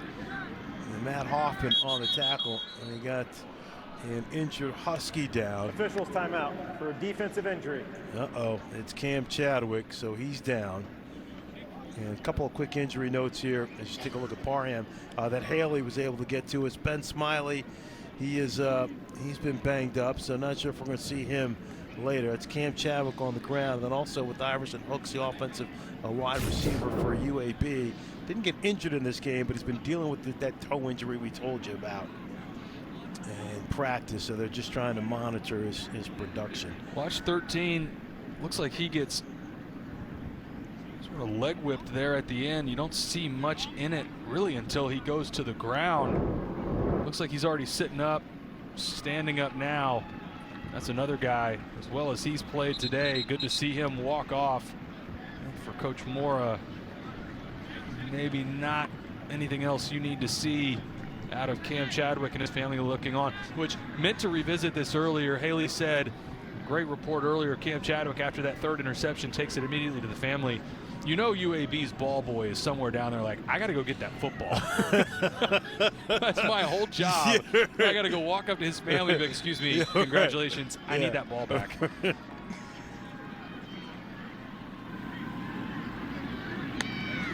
All right, here's Burton. First and 10 over the middle. And so Milliner in his return after missing 4 games, 12-yard reception there. And again, he was their leading receiver before being disciplined for conduct detrimental to the team. Has worked his way back, though.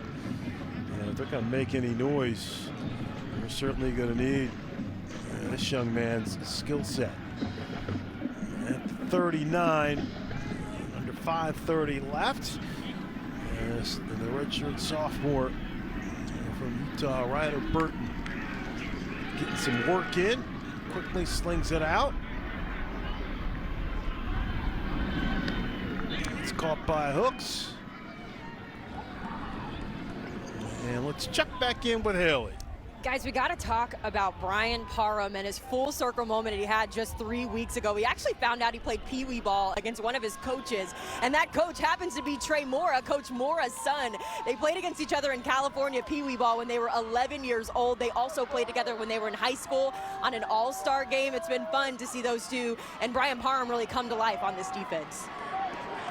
Yeah, Parham's got a great story, and from his time at Washington, Coach Mora told us the only concern sometimes taking guys out of the portal is when they give themselves a red shirt and they shut it down. And he said immediately after visiting with Brian Parham, there was no concern. This was not a character issue. This was a guy that just needed to salvage a year of eligibility.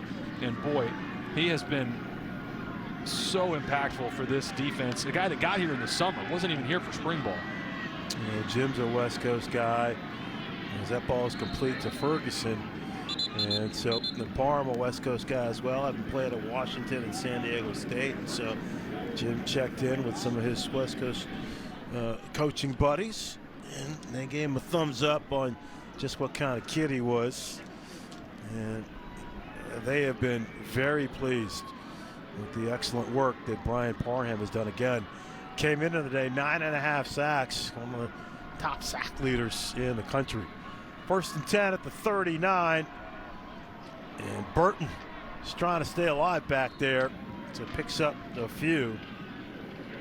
All right, so the Huskies here, a victory, by the way. Jim Moore didn't want to talk about it, but a win.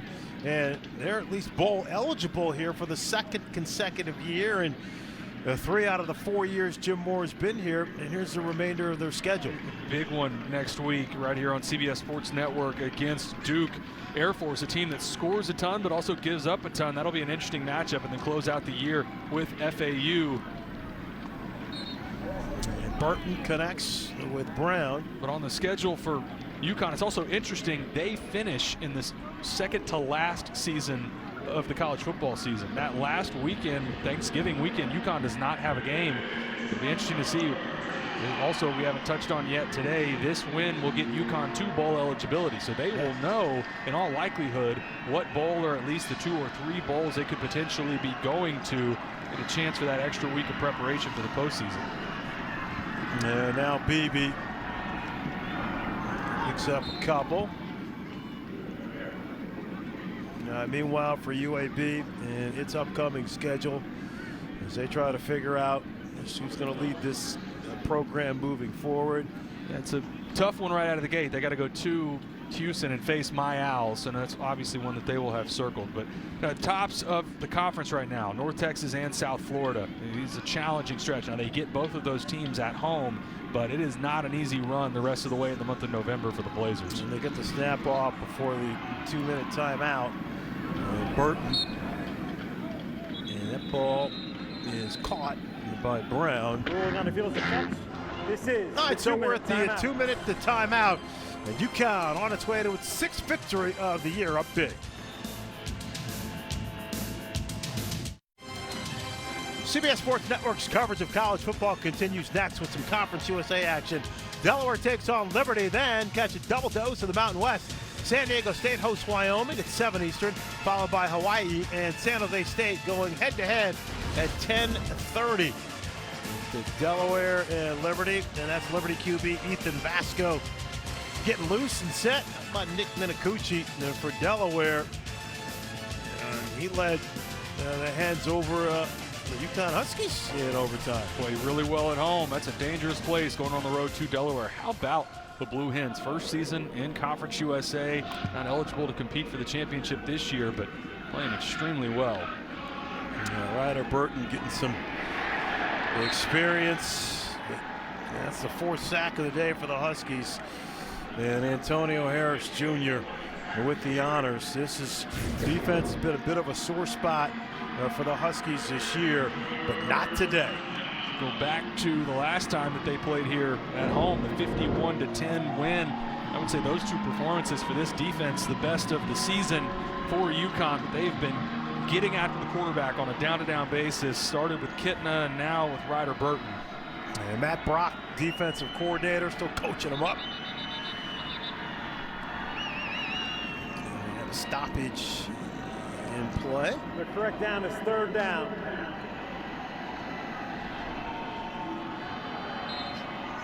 All right, ready to go here. 1:16 left.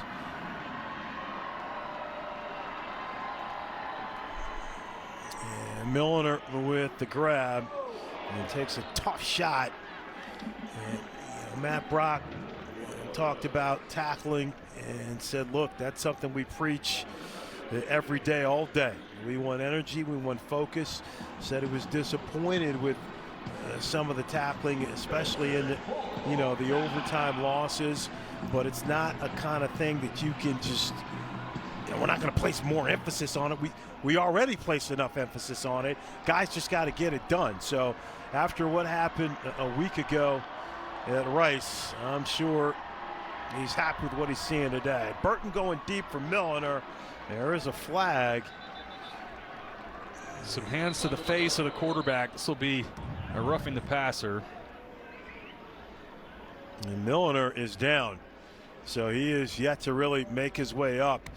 And he stays down. Roughing the passer. Defense number 21. In the end zone. Hit to the head of the quarterback. 15-yard penalty, automatic 1st down. And not a violent hit, but you'll see the hands get up around the face of Ryder Burton. And that shot there at the end, that'll get called every time. And then Milliner going down, the way that he was walking off after the fact, maybe dealing with a little bit of cramps.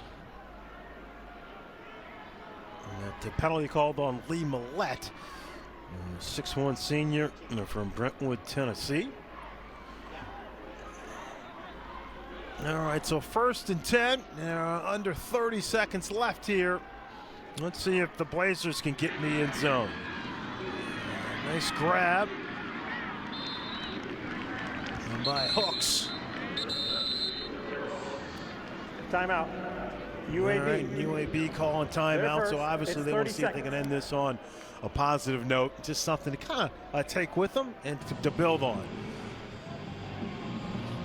All right, so let's talk about, never too early to talk about the playoff situation here in the group of 6. And who do you think is making the best case to move forward?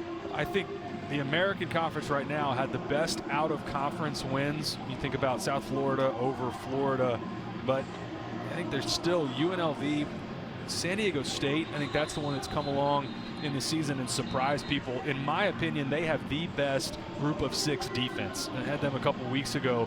They've already pitched 2 shutouts this season, another game where they just gave up 3 points. Sean Lewis and that team have done a fantastic job on the defensive side. I think they really have an opportunity to win out in the Mountain West, but the American, having the number of teams that they have ranked at the top and then those out-of-conference wins, I think if you ask me right now, it's probably the champion out of the American. UAB trying to see if they can get in the end zone one final time. And Burton, under duress, just flips it out.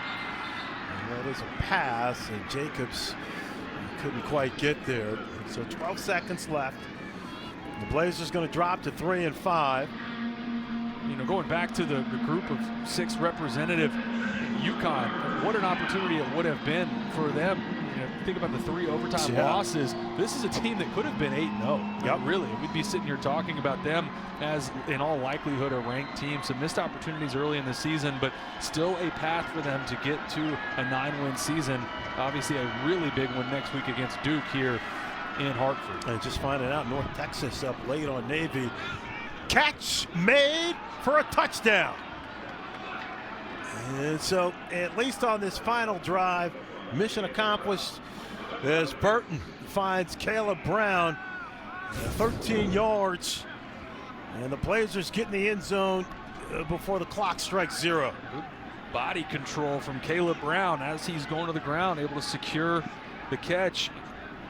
Interesting now, UAB taking the point after missing their two-point conversion attempts earlier in the game. Yeah, Jonah DeLonga on here, the junior from Mobile. 15-play drive, and again, you're taking small steps. 82 yards, 6 minutes and 54 seconds. Let's see if they can. Here's another look. I thought he's down. Does he secure the football? Did he have it? I thought the catch earlier that they reviewed was a no-doubt catch, so and I got overruled there. Yeah, so I know. I'm going to keep my mouth shut on this one. Paid to have my opinion up here, but on this one, I'll just sit it out. Okay, well, it is officially a touchdown. And here's DeLonga with his first extra point try of the afternoon, and it's good.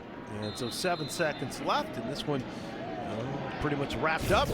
38-19. And Jim Mora. Jim's got this in his blood. He wanted that incomplete. Look at him. Look at him. He's fired up. Love talking to him before the game. Still runs the entire lower bowl of the stadium. Has his entire career. He said in his whole career, there's only been 2 times, both weather-related, that he didn't run the lower bowl of the stadium. I asked him, do you ever mix in the upper deck? He said, I actually don't know how to get up there. I've known Jim for a long time, and we've talked a lot about his NFL days. Had good success in Atlanta with the Falcons, and NFC Coach of the Year, and then out at UCLA. And he said, this is where I'm supposed to be. After he's 21 years as a defensive assistant in the National Football League, but he really enjoys connecting with these college kids. And for Alex Mortensen on the other side, what an opportunity. We got to share with him in our meeting this week. I knew his dad through the Manning Passing Academy and told him, would tell the same story now. His dad would always go out of his way to find me, ask how Rice was doing, and out of all of the superstar quarterbacks that were at that camp, he'd always make a point to make sure that I felt included and that he would ask me questions about how I was doing. I thought the world of his dad, as so many people did with his late father, Chris After Mortensen. the play, sportsmanlike conduct. Kicking team number 7, 15-yard penalty. The First down, unsportsmanlike from Connecticut. UAB there. But for Alex Mortensen, and this is a challenge. Obviously, the head coach gets let go mid-season. But how about that win a week ago against Memphis? Anything can happen in college football, and that's, I think, the message you're probably getting for UAB and Alex Mortensen the rest of the way with that 4-game stretch that they have. A couple big challenges that they'll have at home with South Florida and North Texas. Let's get through some math. UConn going to move to 6-3. Great day, another banner day for Joe Fagnano. 23 of 30, 267 yards and 4 touchdowns. And Skylar Bell, 8 catches, 149 yards and 3 TDs. Jim Mora and the UConn Huskies, they improved to 6-3 with a big 19-point victory over UAB as they win it 38-19. UAB falls to 3-5, and so with the victory, the Huskies clinch bowl eligibility for the 2nd straight season. It's the first time they did that since 2009 and 2010 in terms of back-to-back bowl seasons. And some great words there from Jim Mora, I'm sure, to Alex Mortensen about the job that he is doing. And there'll be better days for Coach Mortensen. But for Coach Moore and company, they still have business to attend to. And how about the play of this young man, Joe Fagnano? Another stellar effort. And Fagnano still has yet to throw a pick this season, surpassing the 10,000-yard mark for his career. So UConn here, a year ago, they were 9-4. And that tied the most victories in the last couple of decades for the Huskies. Jim Moore and company have an opportunity to get to 9 victories again this year. And so they're hoping to see if they can come up and finish up strong. Much more here from East Hartford. UConn a winner. They're back with more.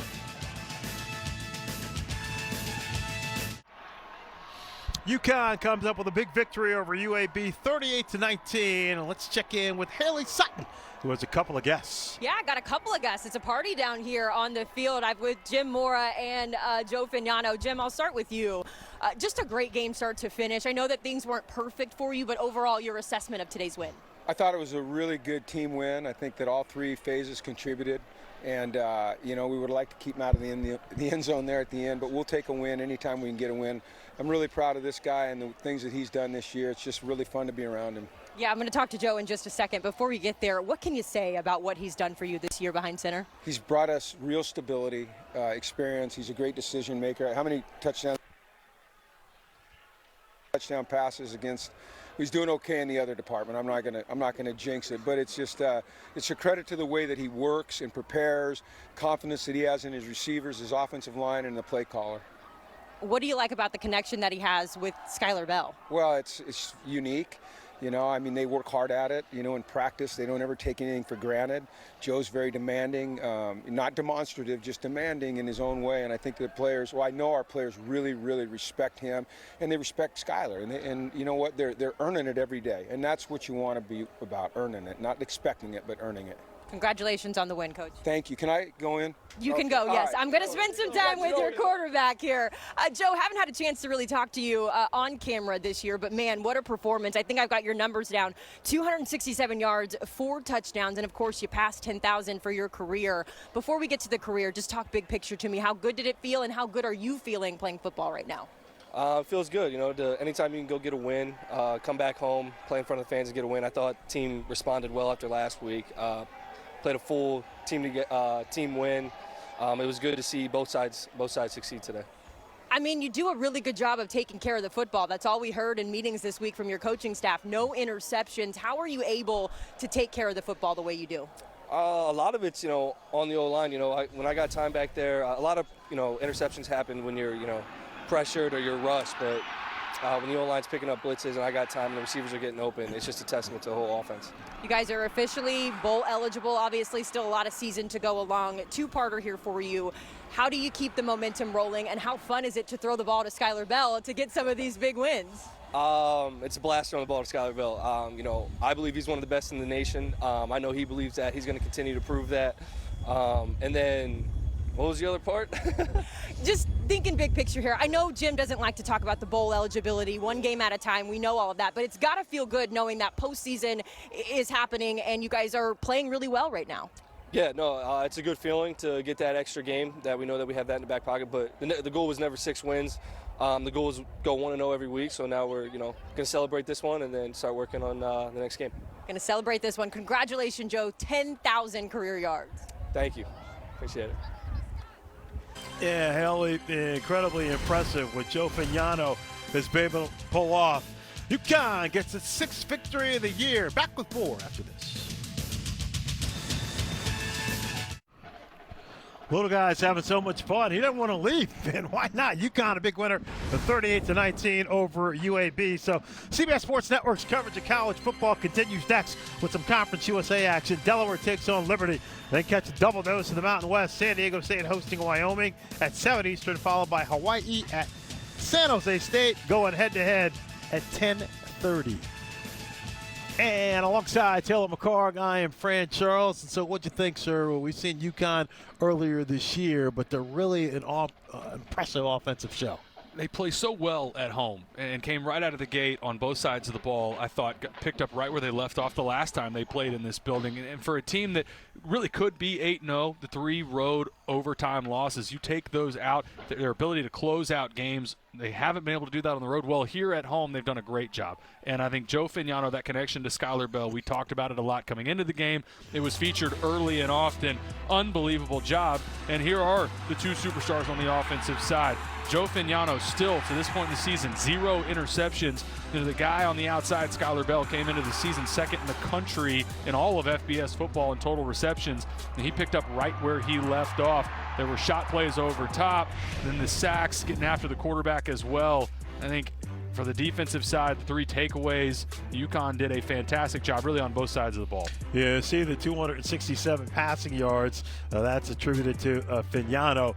And for Skylar Bell, 8 catches for 149 yards and 3 touchdowns. And so UConn went to 38-19. They improve to 6-3. And meanwhile, UAB falls to 3-5. For Taylor McCarg, Haley Sutton, and our entire crew, I'm Fran Charles. This has been a presentation of CBS Sports Network, the 24-hour home of CBS Sports.